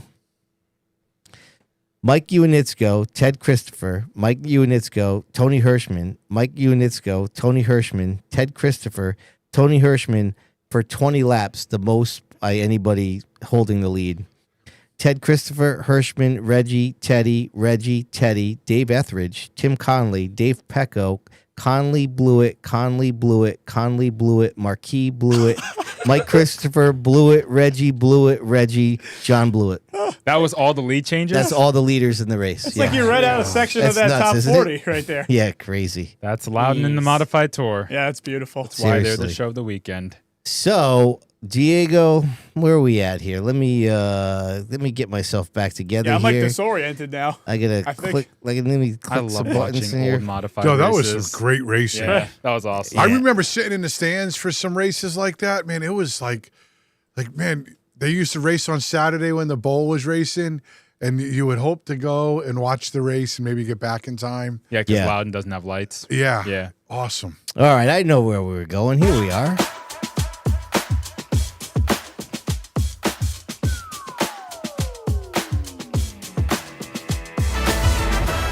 All right, so did you know, sadly, that the footage that we showed you right there was also the same day that Kenny Irwin Jr. died in a accident that I believe was the same turn in the same spot as Adam Petty. Yeah, in a different weekend that same year. Yeah, yep. So They both passed on the same weekend? no. Oh, I didn't think they so. were yeah. in both weekends, same spot, and same reason. I think it was a stuck throttle. Yeah. Yep. Wow. So unfortunate, but yeah, I did when I was looking that up and I was searching it by date, and that's what came up. So that brought about a very weird little era there of the New Hampshire. I mean, I know the mods still run restricted engines, but they even tried to run them at the Cup level for a while too. And Jeff Burton led all 300 Not laps. great results if you know anything about that race. So once again, thanks to Mid-State Site Development, this week's Did You Know? And let's get down to the bullpen. Our man Rob, he's ready to roll with this week's Stat Chat.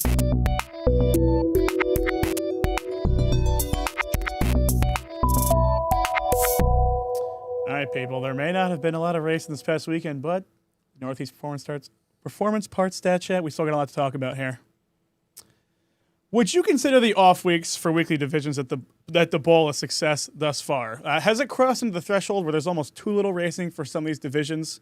And if you don't consider it a success, how would you change the system going forward?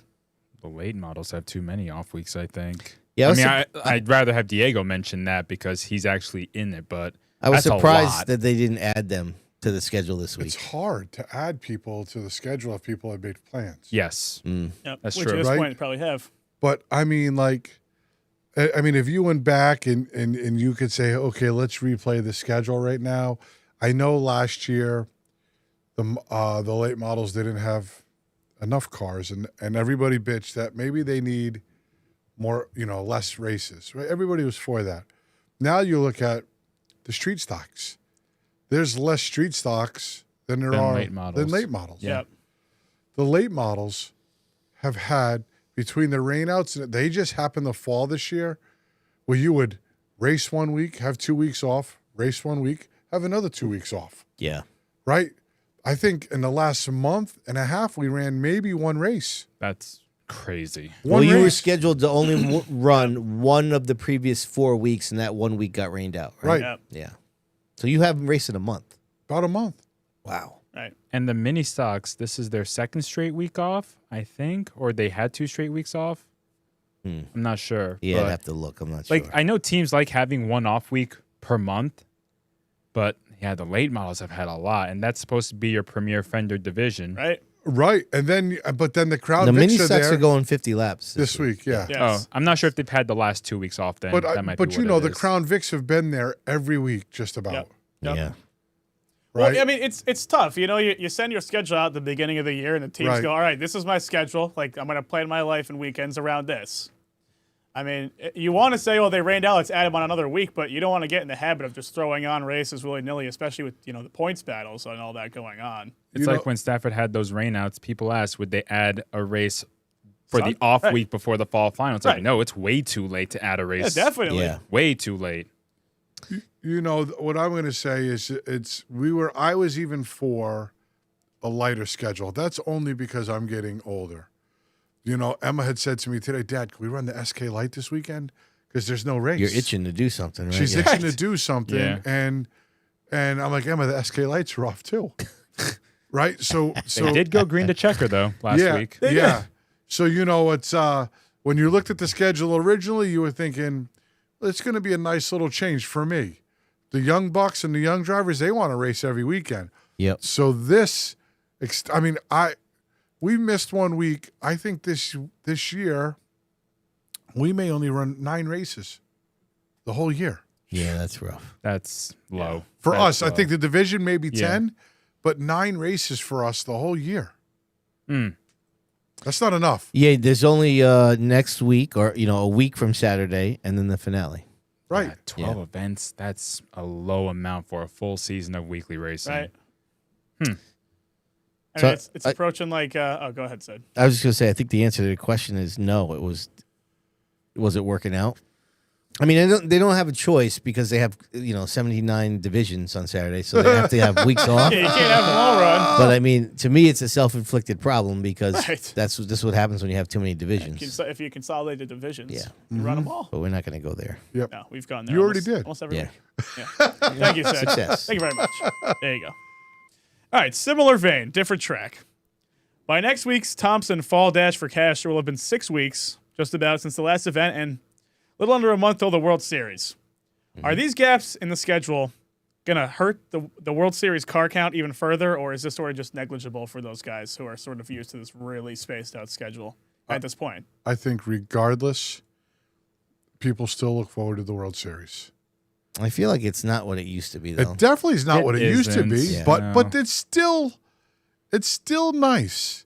There are people that will still go to that event. It's still even if nice. it's not as many as Yeah. there used to be. Well, once they built the road course, it changed. The camping experience got drastically changed. But in 2019, my first time going to the World Series, they had 20 divisions. Yeah. 20. And the pits were packed all the way to the backstretch. Yeah. Isn't that not awesome? too long ago. That That's how it was, was- insane. That's how it to was for watch. years. Right. Uh-huh. I used to go up there, back in the day, like when my cousin was racing, and we camped out there quite a few years. But then I would just go up there on Saturday Yeah. and just walk the pits, and then back then you'd stay and watch the outlaw races or whatever they That call was them. on Friday night. No, Saturday night. Oh, Saturday nights? Yeah. Yeah, the late model and street stock outlaw races. They were awesome. Or it was like Tremendous. open race type deals. Yeah. Yeah. And Rick Gentis used to bring this Oh, tricked out late model, right? Remember that thing? And Oh, yeah. yeah, those were nice. And then they had the JB3 bum rush in the victory lane. Yo, Remember Remember that they on would all Saturday sit in nights? the stands? Yeah, And Saturday they nights. would just, but, even this year, because isn't the special modified race going to be there? Yeah, the race, The race of of champions. champions. The race of Yeah, race of champions will be yep. there. That'll be a good draw. for It's that going to show. be a great draw. Yeah. But there's going to be I'm not sure if I haven't looked at the schedule. I don't know if they have any sort of act race there, but sometimes they throw an act race in there, Usually pass. or a pass race. So you get a fair amount of cars. I don't care if there's 20 divisions. When the pits are full, it's stimulating to the brain. What was the as a question racer. again, Rob? Is the really spaced out schedule going to affect car counts there? Nah. I don't think so. I don't think it World will. Series is World Yeah, Series. and my main reasoning for that is, how many exclusive Thompson Weekly guys really are there left anyway? I feel like most of the car counts, even on Nah, a regular weekly show like What's Coming Up, just come from other places. They Nah, still we have w- their own breed We of went over that drivers. before. I don't Yeah. think that's correct. It may be correct in the SKs, but even then, Danny Cates and Derek Ranstrom, they don't run anywhere else. Zach Sangermano, he only Yeah, runs Thompson. Zach only runs there. And then in the late models, there's Johnson, both Nick and Jake. Tag. Brian Tagg. All the minis except for the doors just race there. Larry Barnett doesn't race anywhere else. Correct. Right? There's a bunch of them. A Johnny lot of those O'Sullivan. open street stocks. Yeah, John O'Sullivan just races there. Speaking even, of which, really quick, by the way, Remy, flip down there to our man Rob. Our man Serve Pro, Johnny O and Shelby, they got married this past weekend. Was privileged enough to get an invite. Me and my wife Tisha went. We had a great time. I have to tell you, one of the most enjoyable weddings I've been to in a long time. A lot of fun, just a good time. Weather tried to mess with them, but they didn't. And saw some old familiar faces from the racing world. Johnny O and Shelby have been great supporters of the Sid's View brand for a long time, and we've become very good friends. And so I wish them all the best. So just wanted to get that out there real Yeah, quick. Johnny O. Yeah. So, all right, Rob, go ahead, buddy. All right. My final question here. It is now September. How do we feel about the Stafford front stretch victory lane? Is it as impactful as having a permanent victory lane setup? Need a banner. Yeah. That's the biggest thing. You need a banner or something for that backdrop. Yeah. That's, to me, what's missing. I mean, I have to say I don't disagree with you, but I don't, whether I'm there or watching on Flow, I don't say like, oh, this victory lane looks stupid. Like it's not something that, Yeah. It has grown on me a little bit. it doesn't like It's distract from fine. me. Yeah. Like, and it's cool for the fans to be up close Yeah. and the driver to be up close to the fans. One aspect I think about, I'm not sure how wide the photographers take their photos, but you do have that giant video board in the background, Yes. which might Yeah. affect your photos. So that's the one thing that I have heard. was there's glare or the video, something was Almost affecting. always. There's a giant LED panel off in the Yeah, distance. that thing is, listen, that thing is awesome. So Jeremy Martin says in the chat, don't ask the Victory Lane guy to do more. Oh, True. Yeah. True. He's That's tapping very out. true. No, he does not move fast enough. Whoa. Whoa! Wow. No, he needs to start picking up the pace. That's what she said. You better watch it. You know, he is a top contributor. Bonssa sped up. I know. I want to see him running and stuff. He needs to do something. No, he's gonna light you out. He's a top contributor to your segment. He's gonna start sending I some love mean it, though, emails, dude. some Listen, hateful I only emails. did it because I like him. That's it. I wish they had a banner. I think it would help the aesthetic a little bit. No, you're not wrong. Yeah, you're definitely not wrong. Even maybe if the four-wheeler pulled something around on a little trailer at the end of every listen, That's victory what they lane. did back in the day at Stafford. They Yeah. just drove a banner in the background. I was always a Right. fan of like the float idea. You get a float out there. You park it right on the front stretch, and you get the guy up there. I mean, the fans are still right there. Yeah. A nice little float. I mean, Like the Macy's parade or something. something like that. Not exactly, but something You know like what that. I was thinking about earlier? I know this is really random, and I do this kind of stuff. We know. I was sitting in the stands, and they strategically placed that big-ass screen, and you could still see the whole backstretch, everything perfectly. Like, it doesn't interfere with anything. Yes. And I found myself, at first, Rachel was sitting down in turn 4, right? So I says to her, babe, why are you sitting? She was sitting with Flannery's mom, right? Like, why are you sitting way down here? I can't even see turn 1 because we were where you were, but on the bottom row. Yeah. She says, oh, it's very simple. I said, what's that? She goes, I look up at the screen. That's all you need. You'd be amazed at how many people look at the video board Right. at the race Right. under Yes, green. yes. Yeah. So that's what I'm saying. You look at the screen while they're going into one. You can't do that. That's so funny. Yeah. Hey, the video board's a little bit behind, so if you saw something on the track, look up at the video board Right, real quick. right. You'll see it. Very, Right. very instant replay. Yeah. It is weird though sometimes when you're looking at the cameras and you get that weird like visual echo effect. That's the only downside of it really for the live Yeah. broadcast. That's Oh, you like get when you you're- get when like the the camera's tunnel. pointing Yeah, at the you get video the infinite board. tunnel. Yeah, the screen is awesome though. I find myself looking back up there every caution. I mean, what a nice addition. Yeah. I Well, think we've had that for 3 years now, I I know. think. Well, Flo makes it crazy. so I don't have to go. I mean, Right. for me, being behind the camera, I felt like it was really cool just being able to like control what was going to go up on the board. So I always wanted to get a good shot, Right. and it felt good when I got a good shot and everyone could see it. So it was kind of a cool thing to have. Yeah, Preston debuted up on the old oh yeah, rooftop give some over props. there. I mean, The Preston whole- right here. The whole entire team was at Stafford this last Friday. Yeah. Right. Every That's single true. one of us. Everybody. Yeah. That True is story. true. Even Diego. Yeah. Yeah. Shocking. He wasn't he wasn't working though. No. I wasn't even participating in anything. You lasted what, 4 laps? No, I'm straight up field filler status. All right, here we go. Rob's all set. Yeah. That's wraps on the chat, people. All right. Diego, get yourself ready, my friend.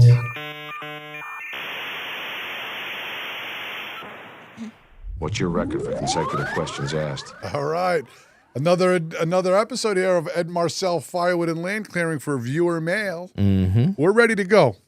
I got my friend Jeremy Martin, who runs around Victory Lane. Apparently not enough. Very fast. No, he's in there talking And about he my is car. great. But Jeremy, I love you, buddy. I appreciate your contributions every week. So here it is.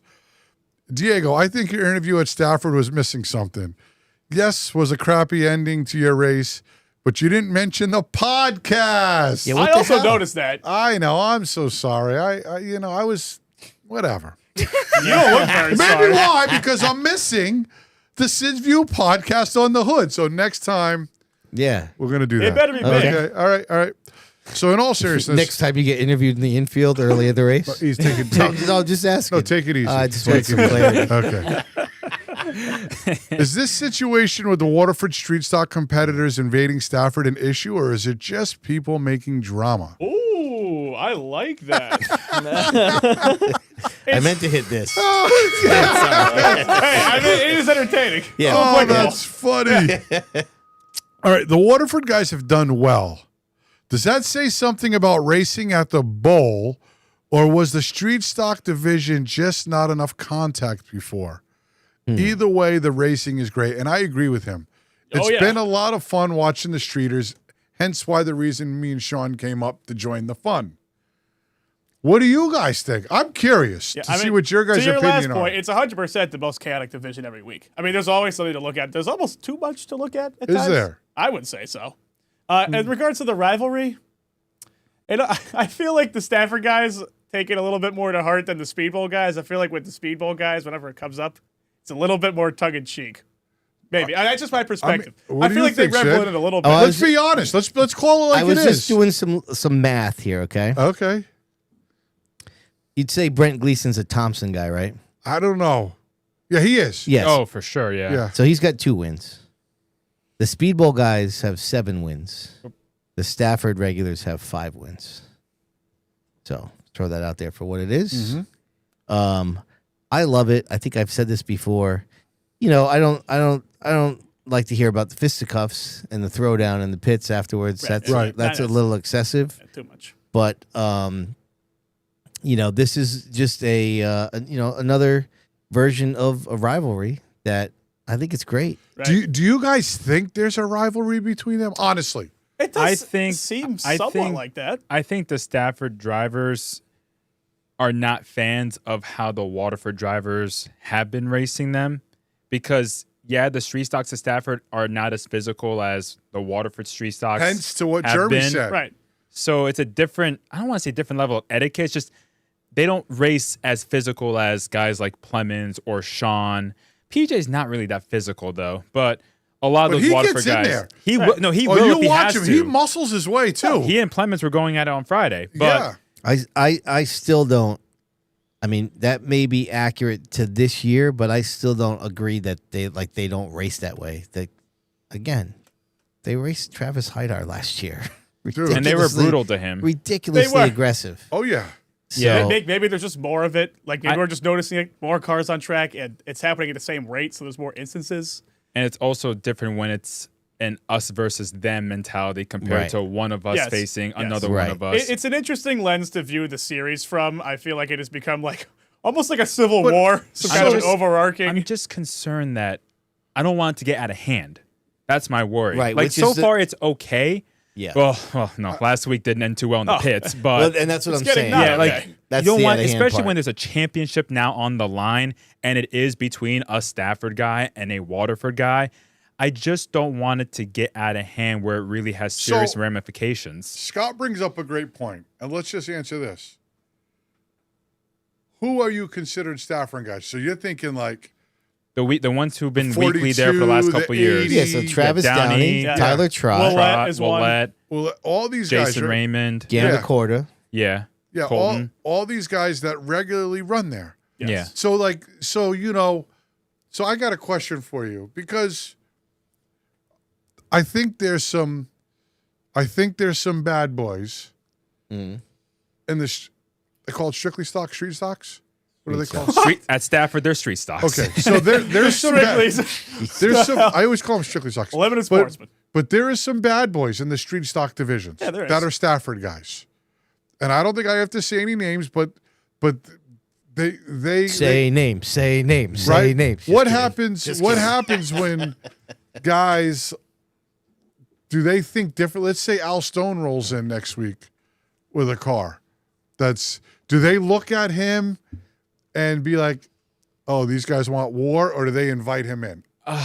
The thing is that Al's such a clean racer. Well, what about when I rolled in? If they thought I was going to be good, do they say, "Okay, let's put our gloves on"? Well, considering who your brother is, right? Yes. But so is that the first thought? I think the first thought is probably you can suck it. Oh my goodness! But I'm just saying in general, right? When Sean rolls in with 2 cars, they're like, "Oh, this is going to be good." Is that what they're thinking, it's or going they to be think something? Right. They may not think it's quote unquote good per se because they might get used up, but they know like, all right, things might ratchet up a notch now because Sean's there. Right. I mean, yeah, I'm just guessing, but when your brother shows up with the cars, I think they probably roll their eyes. Well, they're on the edge. They're waiting. Yeah. They're like, oh gosh, he's here. Yeah. And don't get me wrong, Sean wrecking on lap 2 on Friday sucked. Yeah. That sucked because he wanted to see what he could do. Right. But yeah, this Stafford, like, I don't think the Waterford drivers care that much, but there's Stafford drivers who just feel like, these guys are coming in and they're roughing us up a bit. That's what I'm saying. And do you think that's happening? It has to be a thought most in of their the mind. feuds this year in the street stocks have been between Stafford and non-Stafford regulars. Yeah. In the beginning, it was Downey and Plemons. That's because they're all prejudiced against us. sorry, forgive guess. me. You can take I'm the joking, driver out of No, but Waterford. like there is a case of home track pride. Right.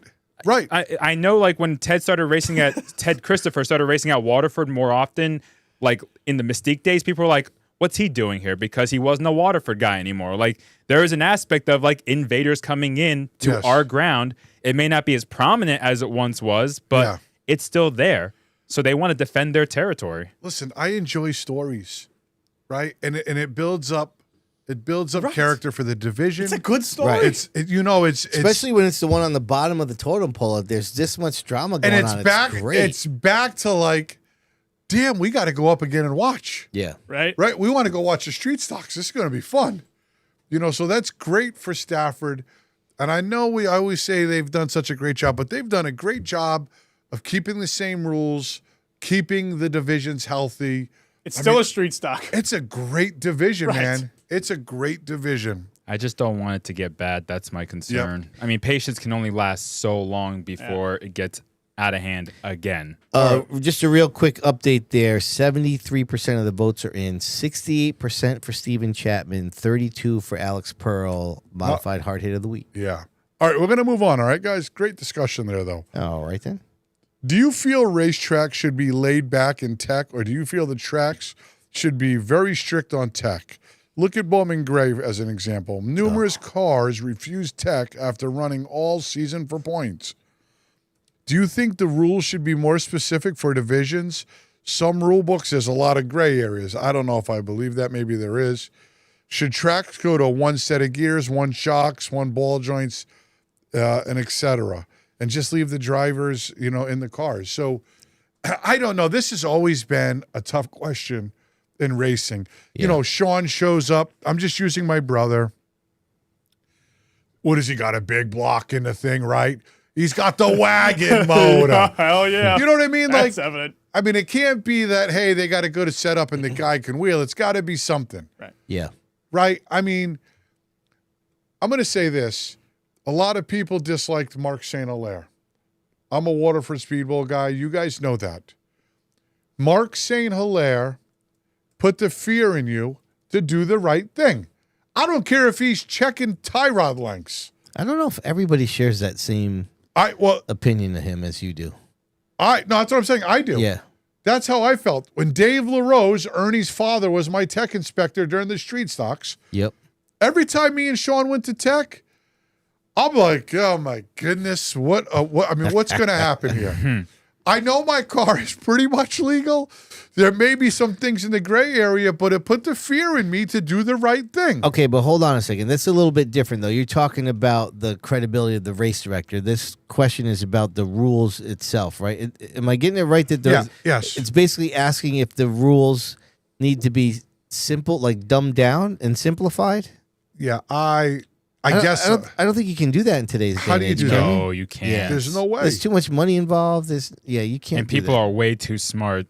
Where if Yeah. you give them a simple rule book, that's just going to open up a Pandora's box of gray areas. Yeah, I think I've said this before, but like I want to say it was the 60s, maybe it was the early 70s. I think actually it was the 70s, where the entire rule, back then they had two divisions, and the entire rules of competition for both divisions were on one letter size page. Wow.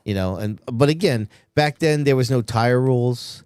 It was very, very laid back. The safety was not anything the way it is. I just don't think that can be the case now. Your rule book is going to be extensive. But I do have a question. So Diego, let's say like before this year started, how is it when the rule book comes out? How do you know, like, do they highlight anything that's been changed? Yes. They do. Yeah, Yes. they do, yeah. So you can go there and just scan for whatever, like if it's in red, you just scan for the highlighted stuff. That's right. To see what's changed. That's right. All right, so then that's pretty decent. And so, then. like, I'm going to be honest, like, we've had a late model 3 years. Yep. I still have to refer back to the rule book when hanging bodies, when doing this, doing that, all the time. Yeah. I know what everything should be. So the question is it too lax? It's okay to have a lax night, right? We're checking fuel. Thank God. Those are the nights some people get caught because they don't think they're going to check fuel that night. And right? they don't tell you what they're checking. That's right. It's the luck of the draw. So some nights it's great. For me, I want to be able to watch. I'm still a race fan. I don't want to be in tech and miss the whole night of racing either. Right? So some nights, if it's lax, last week in the street stocks at Stafford, that was not lax. Clutch, pressure plate, Yeah. and flywheel. Yup. That's a long tech. Yup. Sean and Brody stayed and helped PJ Evans and Phil take it out. Yep. Yeah. They didn't come up till the start of the late model feature.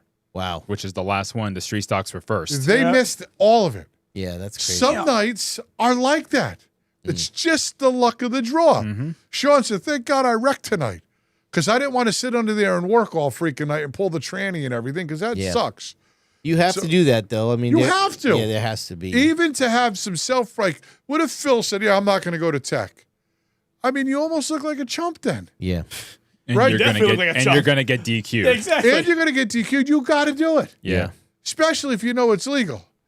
And if you don't go to tech. That would look really bad on you if you refuse tech. If you refuse, this is how it used to be for me because one time I got caught cheating. Right? This One time? One time. Okay. Maybe Just twice. No, twice maybe. Oh, okay.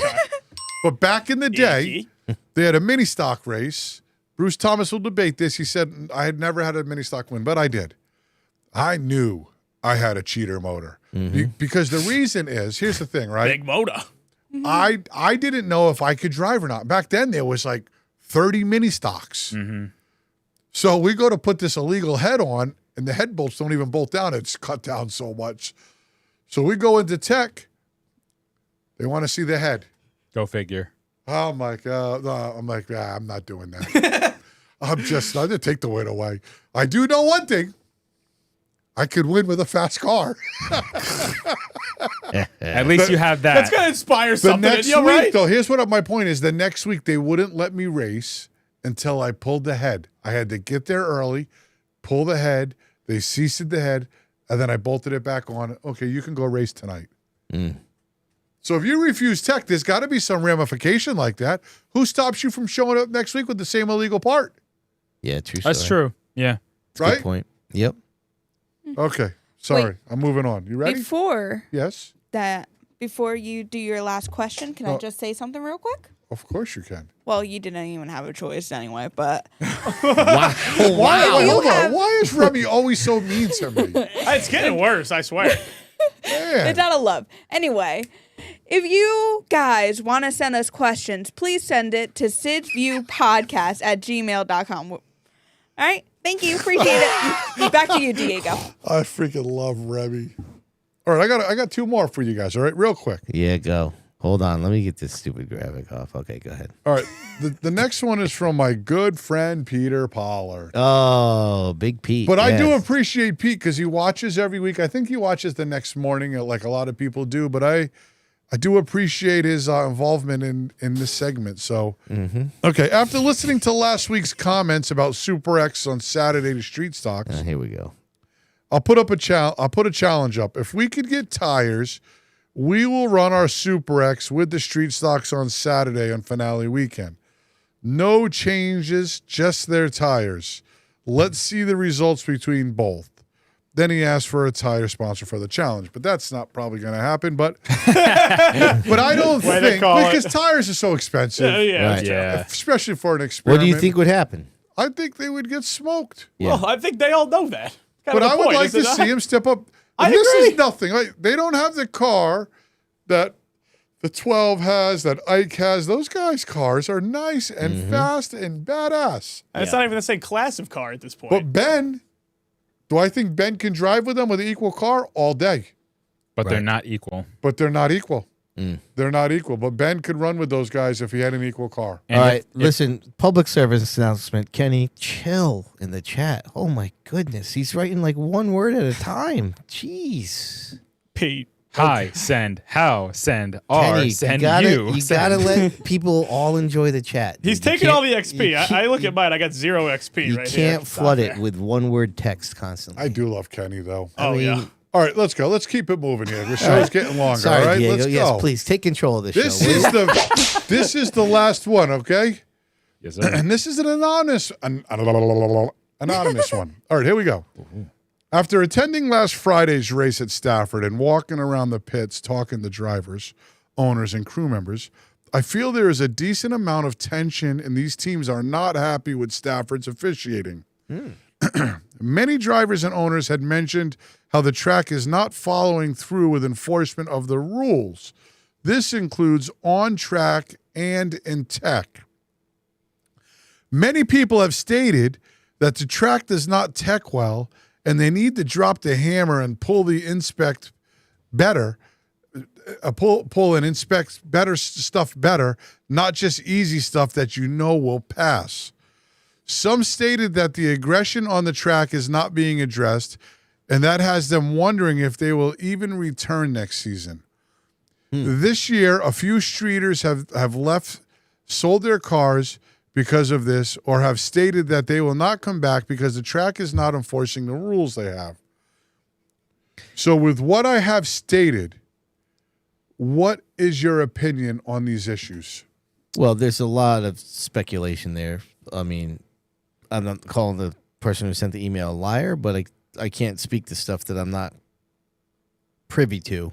But I am curious about, is there somebody else other than Jeff Aslan in the street divisions that's packed it up? And I don't know off the top of my head. Yeah, I thought he anyone was the else only one. besides Aslan. Yeah. You know, to me, you will never keep everybody happy. Yeah, true You story. won't. You can't. You can't possibly do it. And when you try, it often goes poorly. Stafford has a very hard job, but they do a great job of making, I sit in the line to get tires, Yeah. and I hear numerous people that I don't really know, that they only know me from the podcast, that they feel very appreciated for being, which goes a long way, which I don't think happens at Waterford.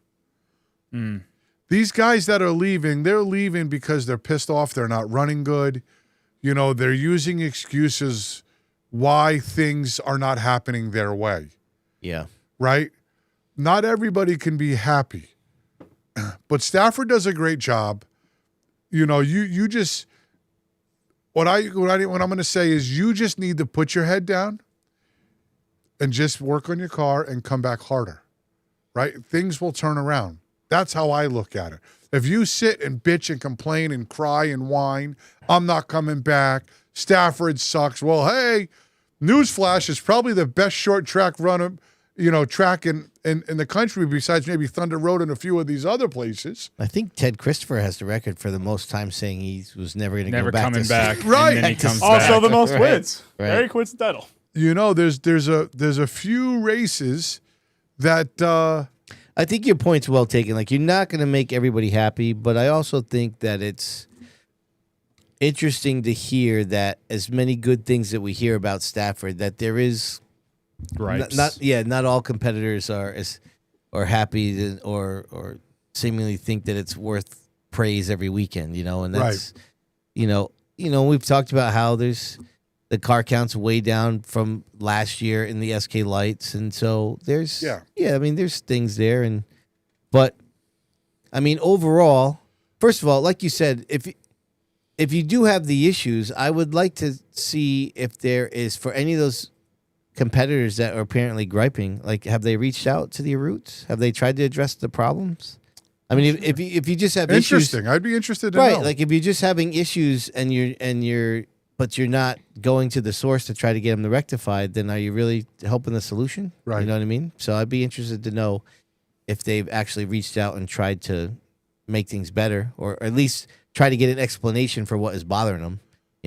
But it's hard to speak on it because there's a lot of vagaries in that. I'd be really interested. I mean, listen, you guys are Stafford guys weekly. I mean, do you sense that in the pit area? I've heard frustrations from some drivers, yes. Really? I have. Yeah, I've heard some people frustrated, feeling like it's not as consistent as it should be. I'm not saying it's like Waterford where they've had really god-awful calls that aren't debatable, but I've definitely heard from some drivers some frustrations over certain things. And I mean, you're right in the way that not everyone's going to be happy, but to say that everyone is satisfied is inaccurate. Yeah. But I don't know. I'm not sure about the tech side of things because I don't. Yeah, it's that's out of my It's out deal. of my wheelhouse too. But I just like when it comes to aggression on the track, people have had their opinions saying that it's not being enforced, or like it's not being taken care of, or it's taken care of in some cases, not in every case. Now, have they talked to your roots about it? I don't know, and that is a key thing. Is like if you have a problem, if you're able to voice it with them. To be fair though, I'm sure they hear a lot of voices. So.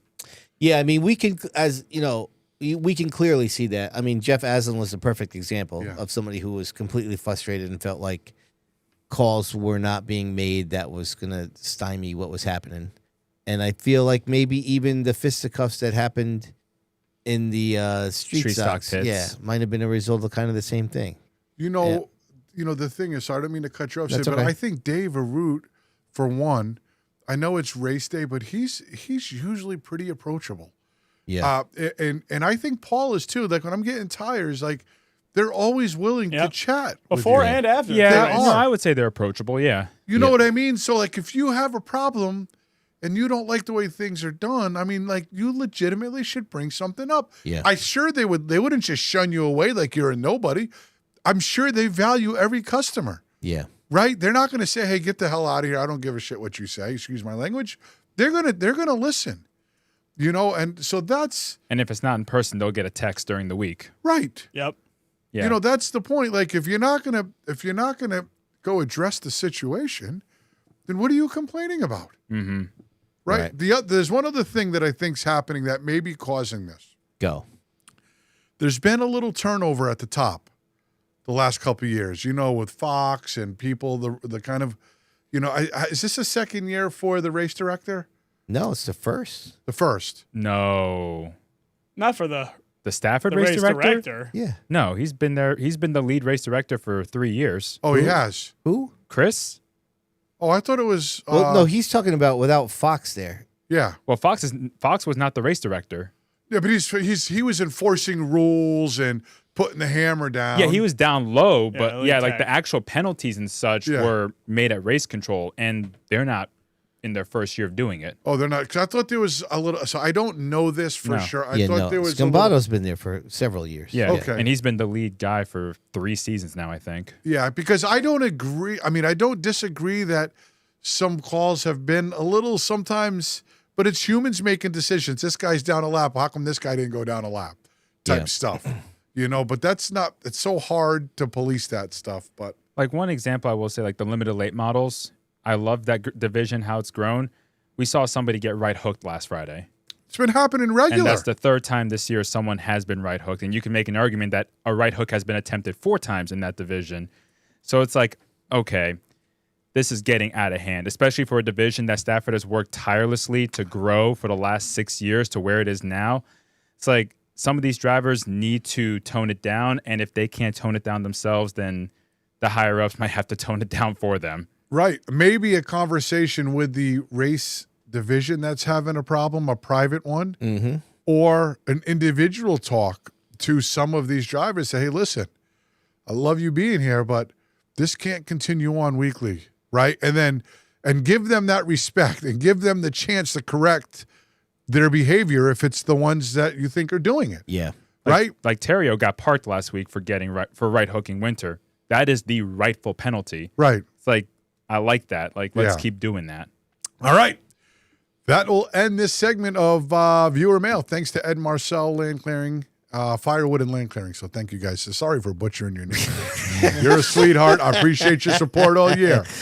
All right. Well done there, Diego. Let's 8:49. How is it we have no guests and we just can't shut the hell up? All right. Let's keep That's going. what we do best. That's right. All right, Chassis Pro Weekly Pick'ems. Let's get after it.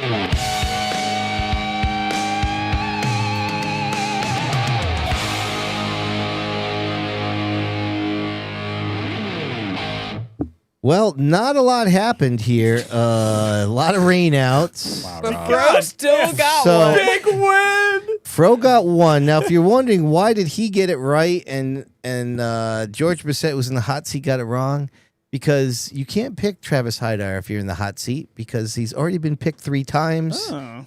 Georgie may have been a little confused and thought because he did as a wild card that was some sort of exception. But as we all know here, that is not correct. So he gets no points for that. Well, he didn't pick him 3 times. So Rob, well, yeah, I guess you could try to justify it that way. That's probably sure. the process.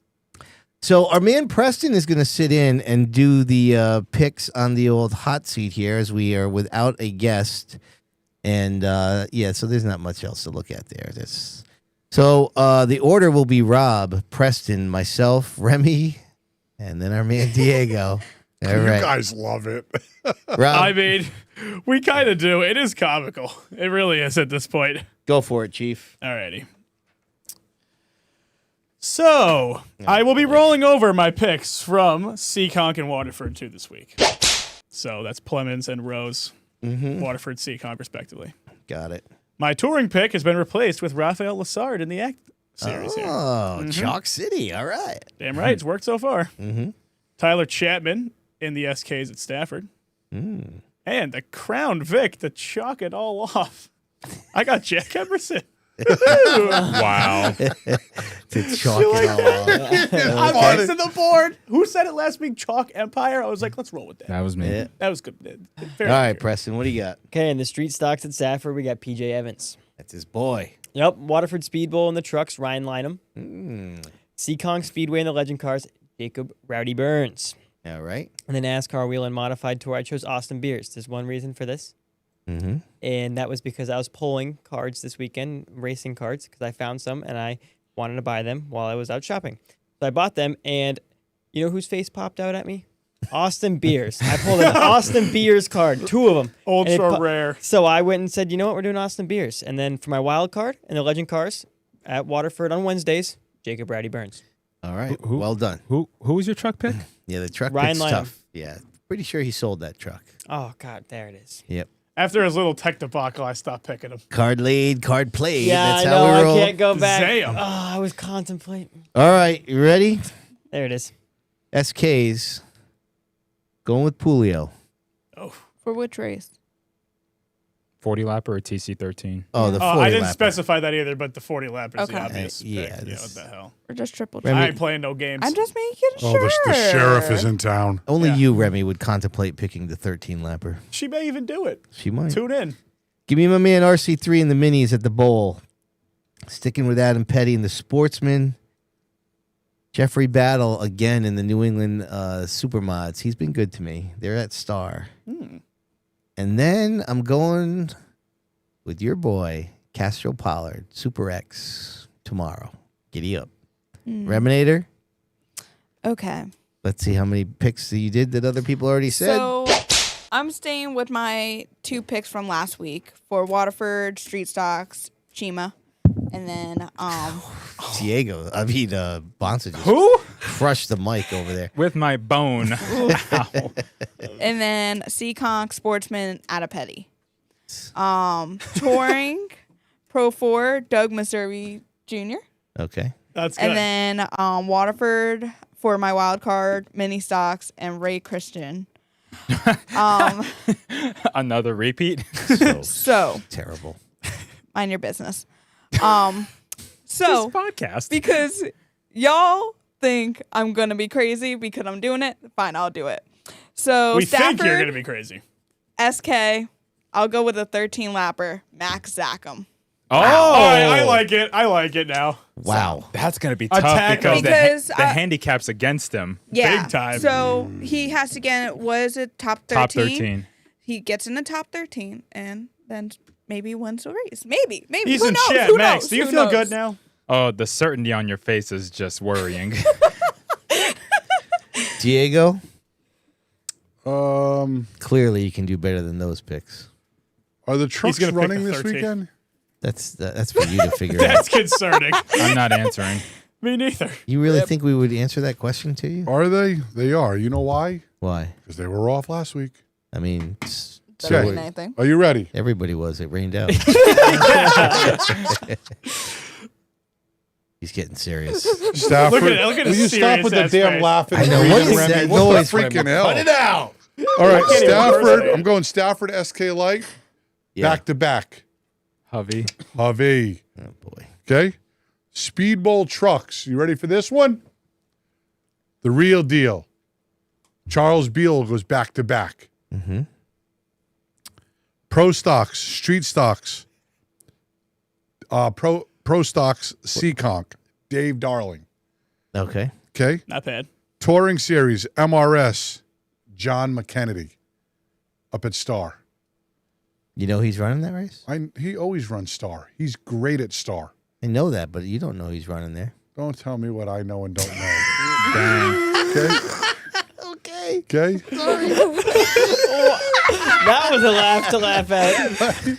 Continue on. So the Evolve Series, I don't know if you know this yet or not, Yep. but they're going to be running a big monster race at the Speedbowl at the end of the year. Mm-hmm. Like 10,000 to win. 10,000? Or 5,000 to win or some crazy race they're going to I have. hope it's 10. Yeah, I'm excited to watch that. That'd be great. So for that reason, I picked the Evolve trucks this weekend at Star, and I picked the 72. Kuhn. Ryan Kuhn. Okay. Those are my picks.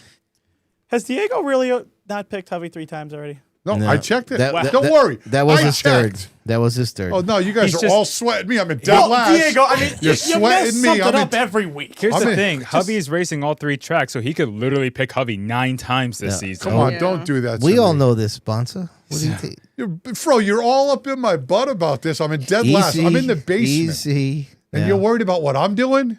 Yeah, what's up with that? Oh, by the way, Preston, no modified tour race this week. Seriously. I mean, what are you picking? That's a bad job by you, Yeah, Preston. it's amazing how many people came out and immediately said it. I mean, the chat is literally just, where's the tour racing? There it is. Poor All right. Preston. In his imagination, that's where they're racing. Exactly. The rest All of the right. Coke Super I- Speedway. That was my first thought once we changed over to Sid was, what if the NASCAR Wheeling Modified Tour is not racing today? You should know this. Yeah. I almost picked them too, though. All right, let's move on here.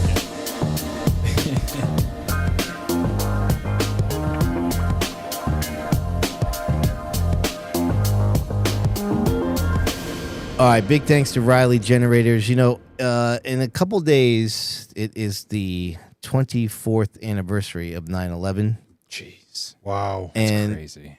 we came up with this last night. We did our pop culture podcast, and we were talking about this documentary. Have you guys ever seen this documentary, 102 Minutes That Changed America? I think I Yeah. have. No. It played on the History Channel. It has, I believe, they play it every year. It was a documentary film that was produced by the History Channel, premiered commercial free on September 11th, 2008, to mark the 7th anniversary of the September 11th attacks. The film serves as a compilation of amateur footage taken by numerous people filming the attacks, edited together to present the film in real time. According to this film, most of the archival footage was in possession of the U.S. government, but was not released to the network until years after 9/11. The documentary attracted 5.2 million viewers, which for the History Channel is a huge audience. During its initial airing, it was nominated for 4 Emmys, winning 3, including Outstanding Non-Fiction Special. It is a mesmerizing documentary. And like I said, it takes place in real time. It really captures just the chaotic. What is that on? The History Channel? Oh, It might- yeah, but can I? It might be on YouTube. Is it on YouTube It's, now? yeah, it is on YouTube. The full Okay, thing's yeah. on YouTube. We looked that up last night. It is on YouTube. Yeah. Yeah, there's several channels that have it. It's about 90 minutes long. If you haven't seen it, I totally recommend that you do it. Yeah. Obviously, it's a terrible day in our country's history, but just the amazing way. I mean, it's just that raw footage. It's everybody's raw emotion as it's happening. Like, you know, there's several shots of the planes going in. There is several shots of the streets just getting engulfed in, smoke and rubbish soot. and all that stuff, and where the people had to hide to keep out of it. And then people walking around after it went by and cleared up. It's just an amazing documentary. Obviously, I definitely like documentaries, and so if you haven't seen it, I definitely recommend checking it out. And of course, it's a day that we should always remember. And it's one of those. Have things. any of you guys been to the memorial?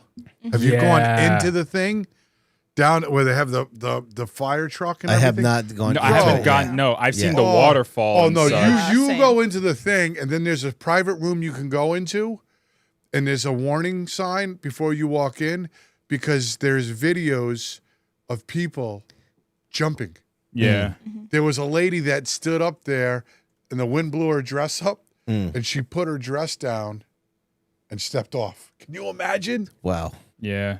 Scary What's stuff. crazy is like, Do you remember where you were? When you heard I know about it? exactly where I Where were was. you? I was on Captain's Walk doing some stucco work above Malove's Jewelers. Wow. we Now, got, it was a beautiful day in London, Right. and we were on staging, and that's when it had happened. I was down there. I don't know if it was on. Remember where Malove's was Oh, down yeah. on Captain's? Yeah, It absolutely. was the building next to that or something. I was doing a bunch Yeah. of stucco work. I remember, like it was yesterday. I worked at a AV rental house. We used to rent audiovisual equipment, and I remember the guy that scheduled us to go out. We were in house that day, and obviously it was early in the morning, and this is dated, but he used to get news text alerts on his beeper. Yeah. oh, wow. And he came in. He's like, "Dude, I just got a text from the news thing that said that a plane hit the Trade Center." And we were like, "What the hell?" And of course, we're an AV house, and so we Pulled got up it. some We've got a feeds. cable feed and hooked it into a big widescreen TV, and we just all sat there transfixed for an hour and watched it all happen. Like most people, you got the news, you turned it on, you saw the first, and then while watching that in disbelief, Yeah, you you saw see the the second second. one. Yeah, and it was just crazy. Yeah, they will never forget. Yep. So I was 5. My recollection is not great, but we got let out of school early that day, as a lot of people did. And my mom worked in downtown D.C. As soon as she got to her office, the second plane had hit, and they told her to go back and pick me up. We have a family friend that lives in the same apartment complex as me, just a higher up level, and we're very close with them. So when they let us out early, my friend's mom picked me up, not telling my mom that I got picked up. Wow. Oh, wow. Jeez. So can you imagine the paranoia Wow. of what's going on? And Yeah. cell phones are dead at this point because the signals are just completely jammed, especially in DC because the Pentagon. Right. So my mom, I don't even think my mom had a phone back then. She got home or came to my elementary school, couldn't find me. And she was in a full-blown panic and caught me on the sidewalk being walked home by our family friend. Wow. And my dad, who worked in downtown DC, was stuck there because he had to take the subway and everything was closed. What a story. Yeah. Jeez. Yeah. It was mayhem for my family. Yeah, so I was not alive, but my dad was in the Navy, and at that point, my mom said that he had all of his bags packed, and he went down to the submarine, and they were getting ready to leave to go undersea. All the submarines were getting ready to go undersea. Oh, really? Yeah. And that changed everything? Yeah. Yeah.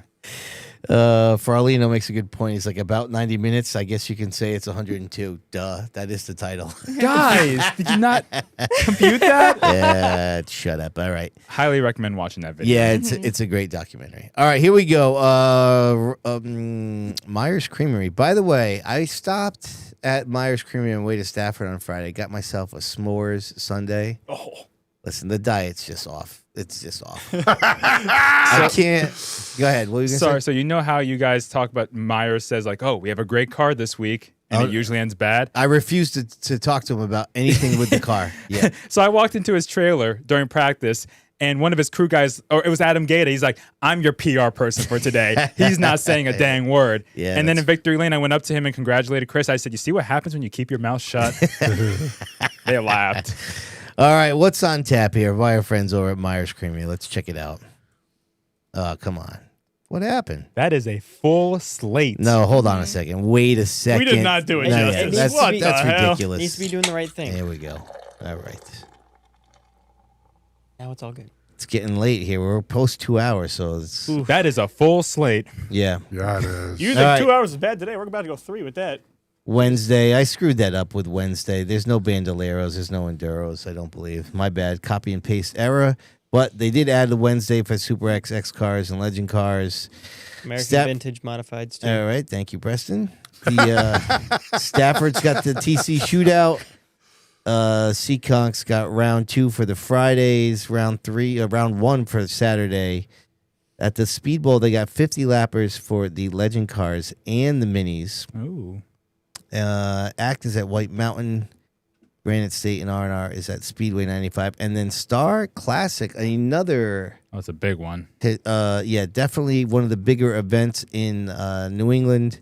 So they're going to have pass there. The trucks are there, midgets, MRS, all kinds of stuff happening there. So Just want to let you know I got confirmation. I sent it to you yeah, via text. that. John McKennedy will be in just house. saw that. Oh, all right. Yeah, good Hell for you. yeah. Diego's. He's on the board. Come on, baby. I mean, what do you want me to be happy for you? Be happy for me. I'm in the cellar, all right? All right. Listen, let's try to find out who won the week, shall we? Who are you?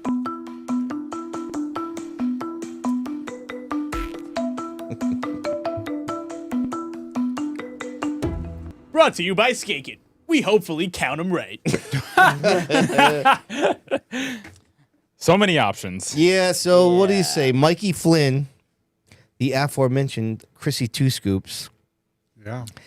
Nick Hubby, Travis Hydar, Brent Gleason, Brent Robideau, Daniel Hayes, the Rowdy One, Jacob Burns, Zacharias Kelly, Landon Salamito. Those are your winners from the events that we had. Man. You know, I want to say, Mikey Flynn, he showed up Yeah. in a hard division. But Chris Meyer came back from adversity and won the biggest race of the year.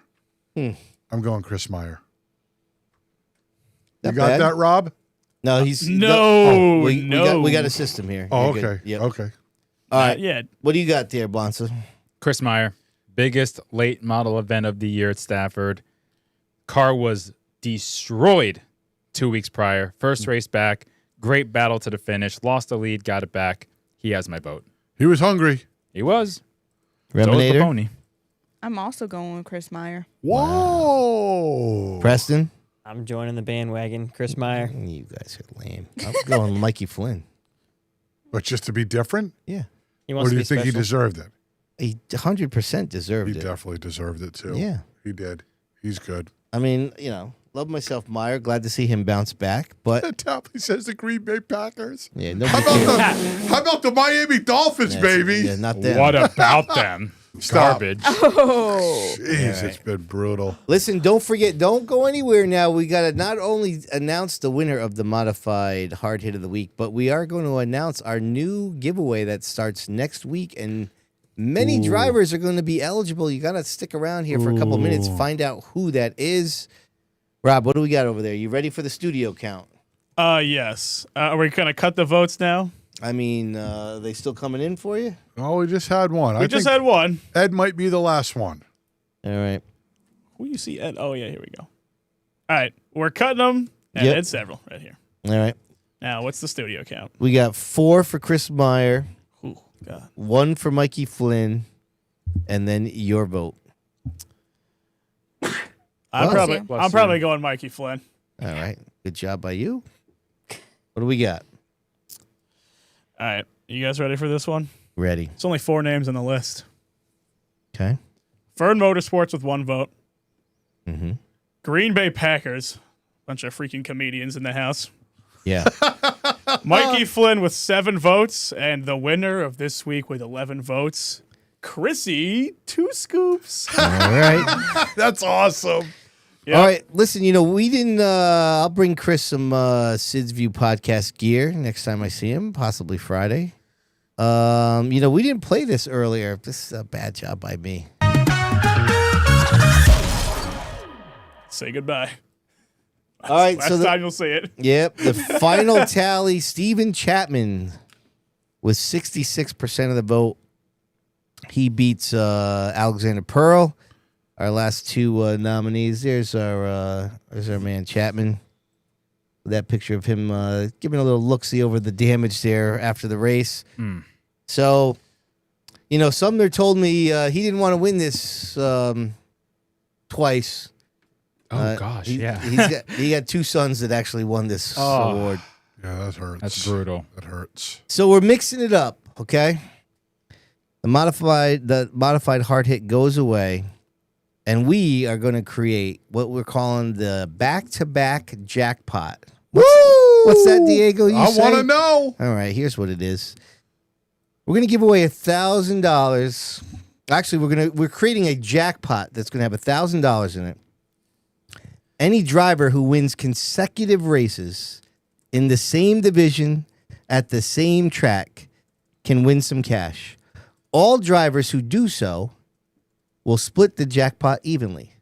So if one person wins, they can win $1,000. If 4 people win, $250 each. If no drivers repeat, we will increase the jackpot by $100 and continue to do so until somebody wins it. Now, this goes for all of the Southern New England tracks. However, in order to be eligible, there has to be a minimum of 10 cars that take the green flag in any feature event. There's no crossover eligibility for drivers who compete in multiple divisions or at multiple tracks. We like to call that maybe the Rowdy Burns rule. Yeah. Right? Now, if you are somebody that competes in double features in your division, so I guess, for example, that would apply to the SKs here. Yeah, with the TC13. Yeah. Is the second one an actual feature, the 13? It's not a points feature, but it is a separate race from the 40-lapper. I would say it's got to be a points race, no? TC13 is not a points race. That's what I'm saying. How could you give... Like it has to be I see what you're saying. Back-to-back points races. Right. We'll go over that with our man Kaz. We'll see what's up. But it's so anyways, this does not apply to Bandolero or Enduro divisions, as those are beginner divisions. I don't know if that's the calculation we made. So yeah.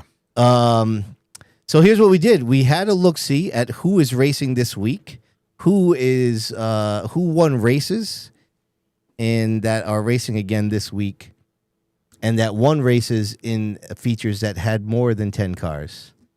So this is the look at this. I mean, you got all those guys. I mean, listen, Jacob Burns got a legit shot. Christian Herman. There's a lot of them there. Wow. Yeah. Hovey indeed. Haidar. I mean, everybody. This all is the names. unbelievable. Then over at Seekonk, you got these guys. Jacob Burns again. Yeah. Oh, he's looking for it. It can happen. It can happen. Can you happen imagine multiple the times. teams like these pure stocks, like Brent Robideau and those guys? Yeah. It's a big That's payday. big time. Yeah. Oh, yeah. Big payday for those guys. So, all right, Kaz! So a huge thanks to Kaz Williams. man. He has really been invested in not only sponsoring the podcast, but some really cool ways to allow us to give back to the racing community. And again, this one opens it up, I think, to much more people as opposed to the modified hard hit. Yeah, so looking forward to that. I'll be in touch with the Chapmans. We'll have some gear from them. And what do you know, man? I think we are about done with the show, right? Reminator's giving me the okay. Let's wrap it up. You got to double check these days. So many segments. Seriously, right? All right, let's go over here and find out what's going on. We want to tell you about socials or something, right? I don't know what's going on. Diego, just Hell yeah, man. All right, hey, listen. Jesus. One of the best I parts almost of the made show. it. Got to give a special thanks to Fowler's Auto Wrecking for the weekly update. Of course, Waddell Communications for the Nostalgia Nugget. Northeast Performance and Parts for the Popcorn and Stat Chat. Of course, Chassis Pro for the weekly pick'ems. Ed Marcel Firewood and Land Clearing for viewer mail. Serve Pro. I almost said Sign Pro. Serve Pro of Norwich. Thanks for the chalkboard chatter, and congratulations to Johnny O and his beautiful wife. Monaco Ford for the results ticker. Of course, Riley Generators for the Pop Culture Minute. Myers Creamery for what's on tap, and congratulations to Chrissy Two Scoops. Skate Kid LLC for who won the week. Stafford Speedway, JDL Motorsports, and Flagman Graphics, thanks for the point standings. Midstate Site Development for the stat drop and Did You Know? Of course, special thanks to Bonza and Preston for always helping out in the studio. Much appreciated, you guys.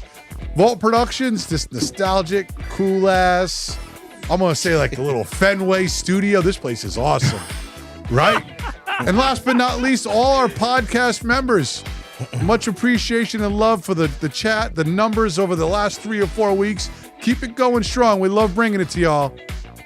I'd like to say a special thank you to Stafford Speedway and Michael McIntyre for the videos tonight. Also, a big thank you to Howie Hodge for the photos as well. How do you keep screwing up that name? Howie had my man. That can't happen again, right? All right, we'll see you next Tuesday. See you later.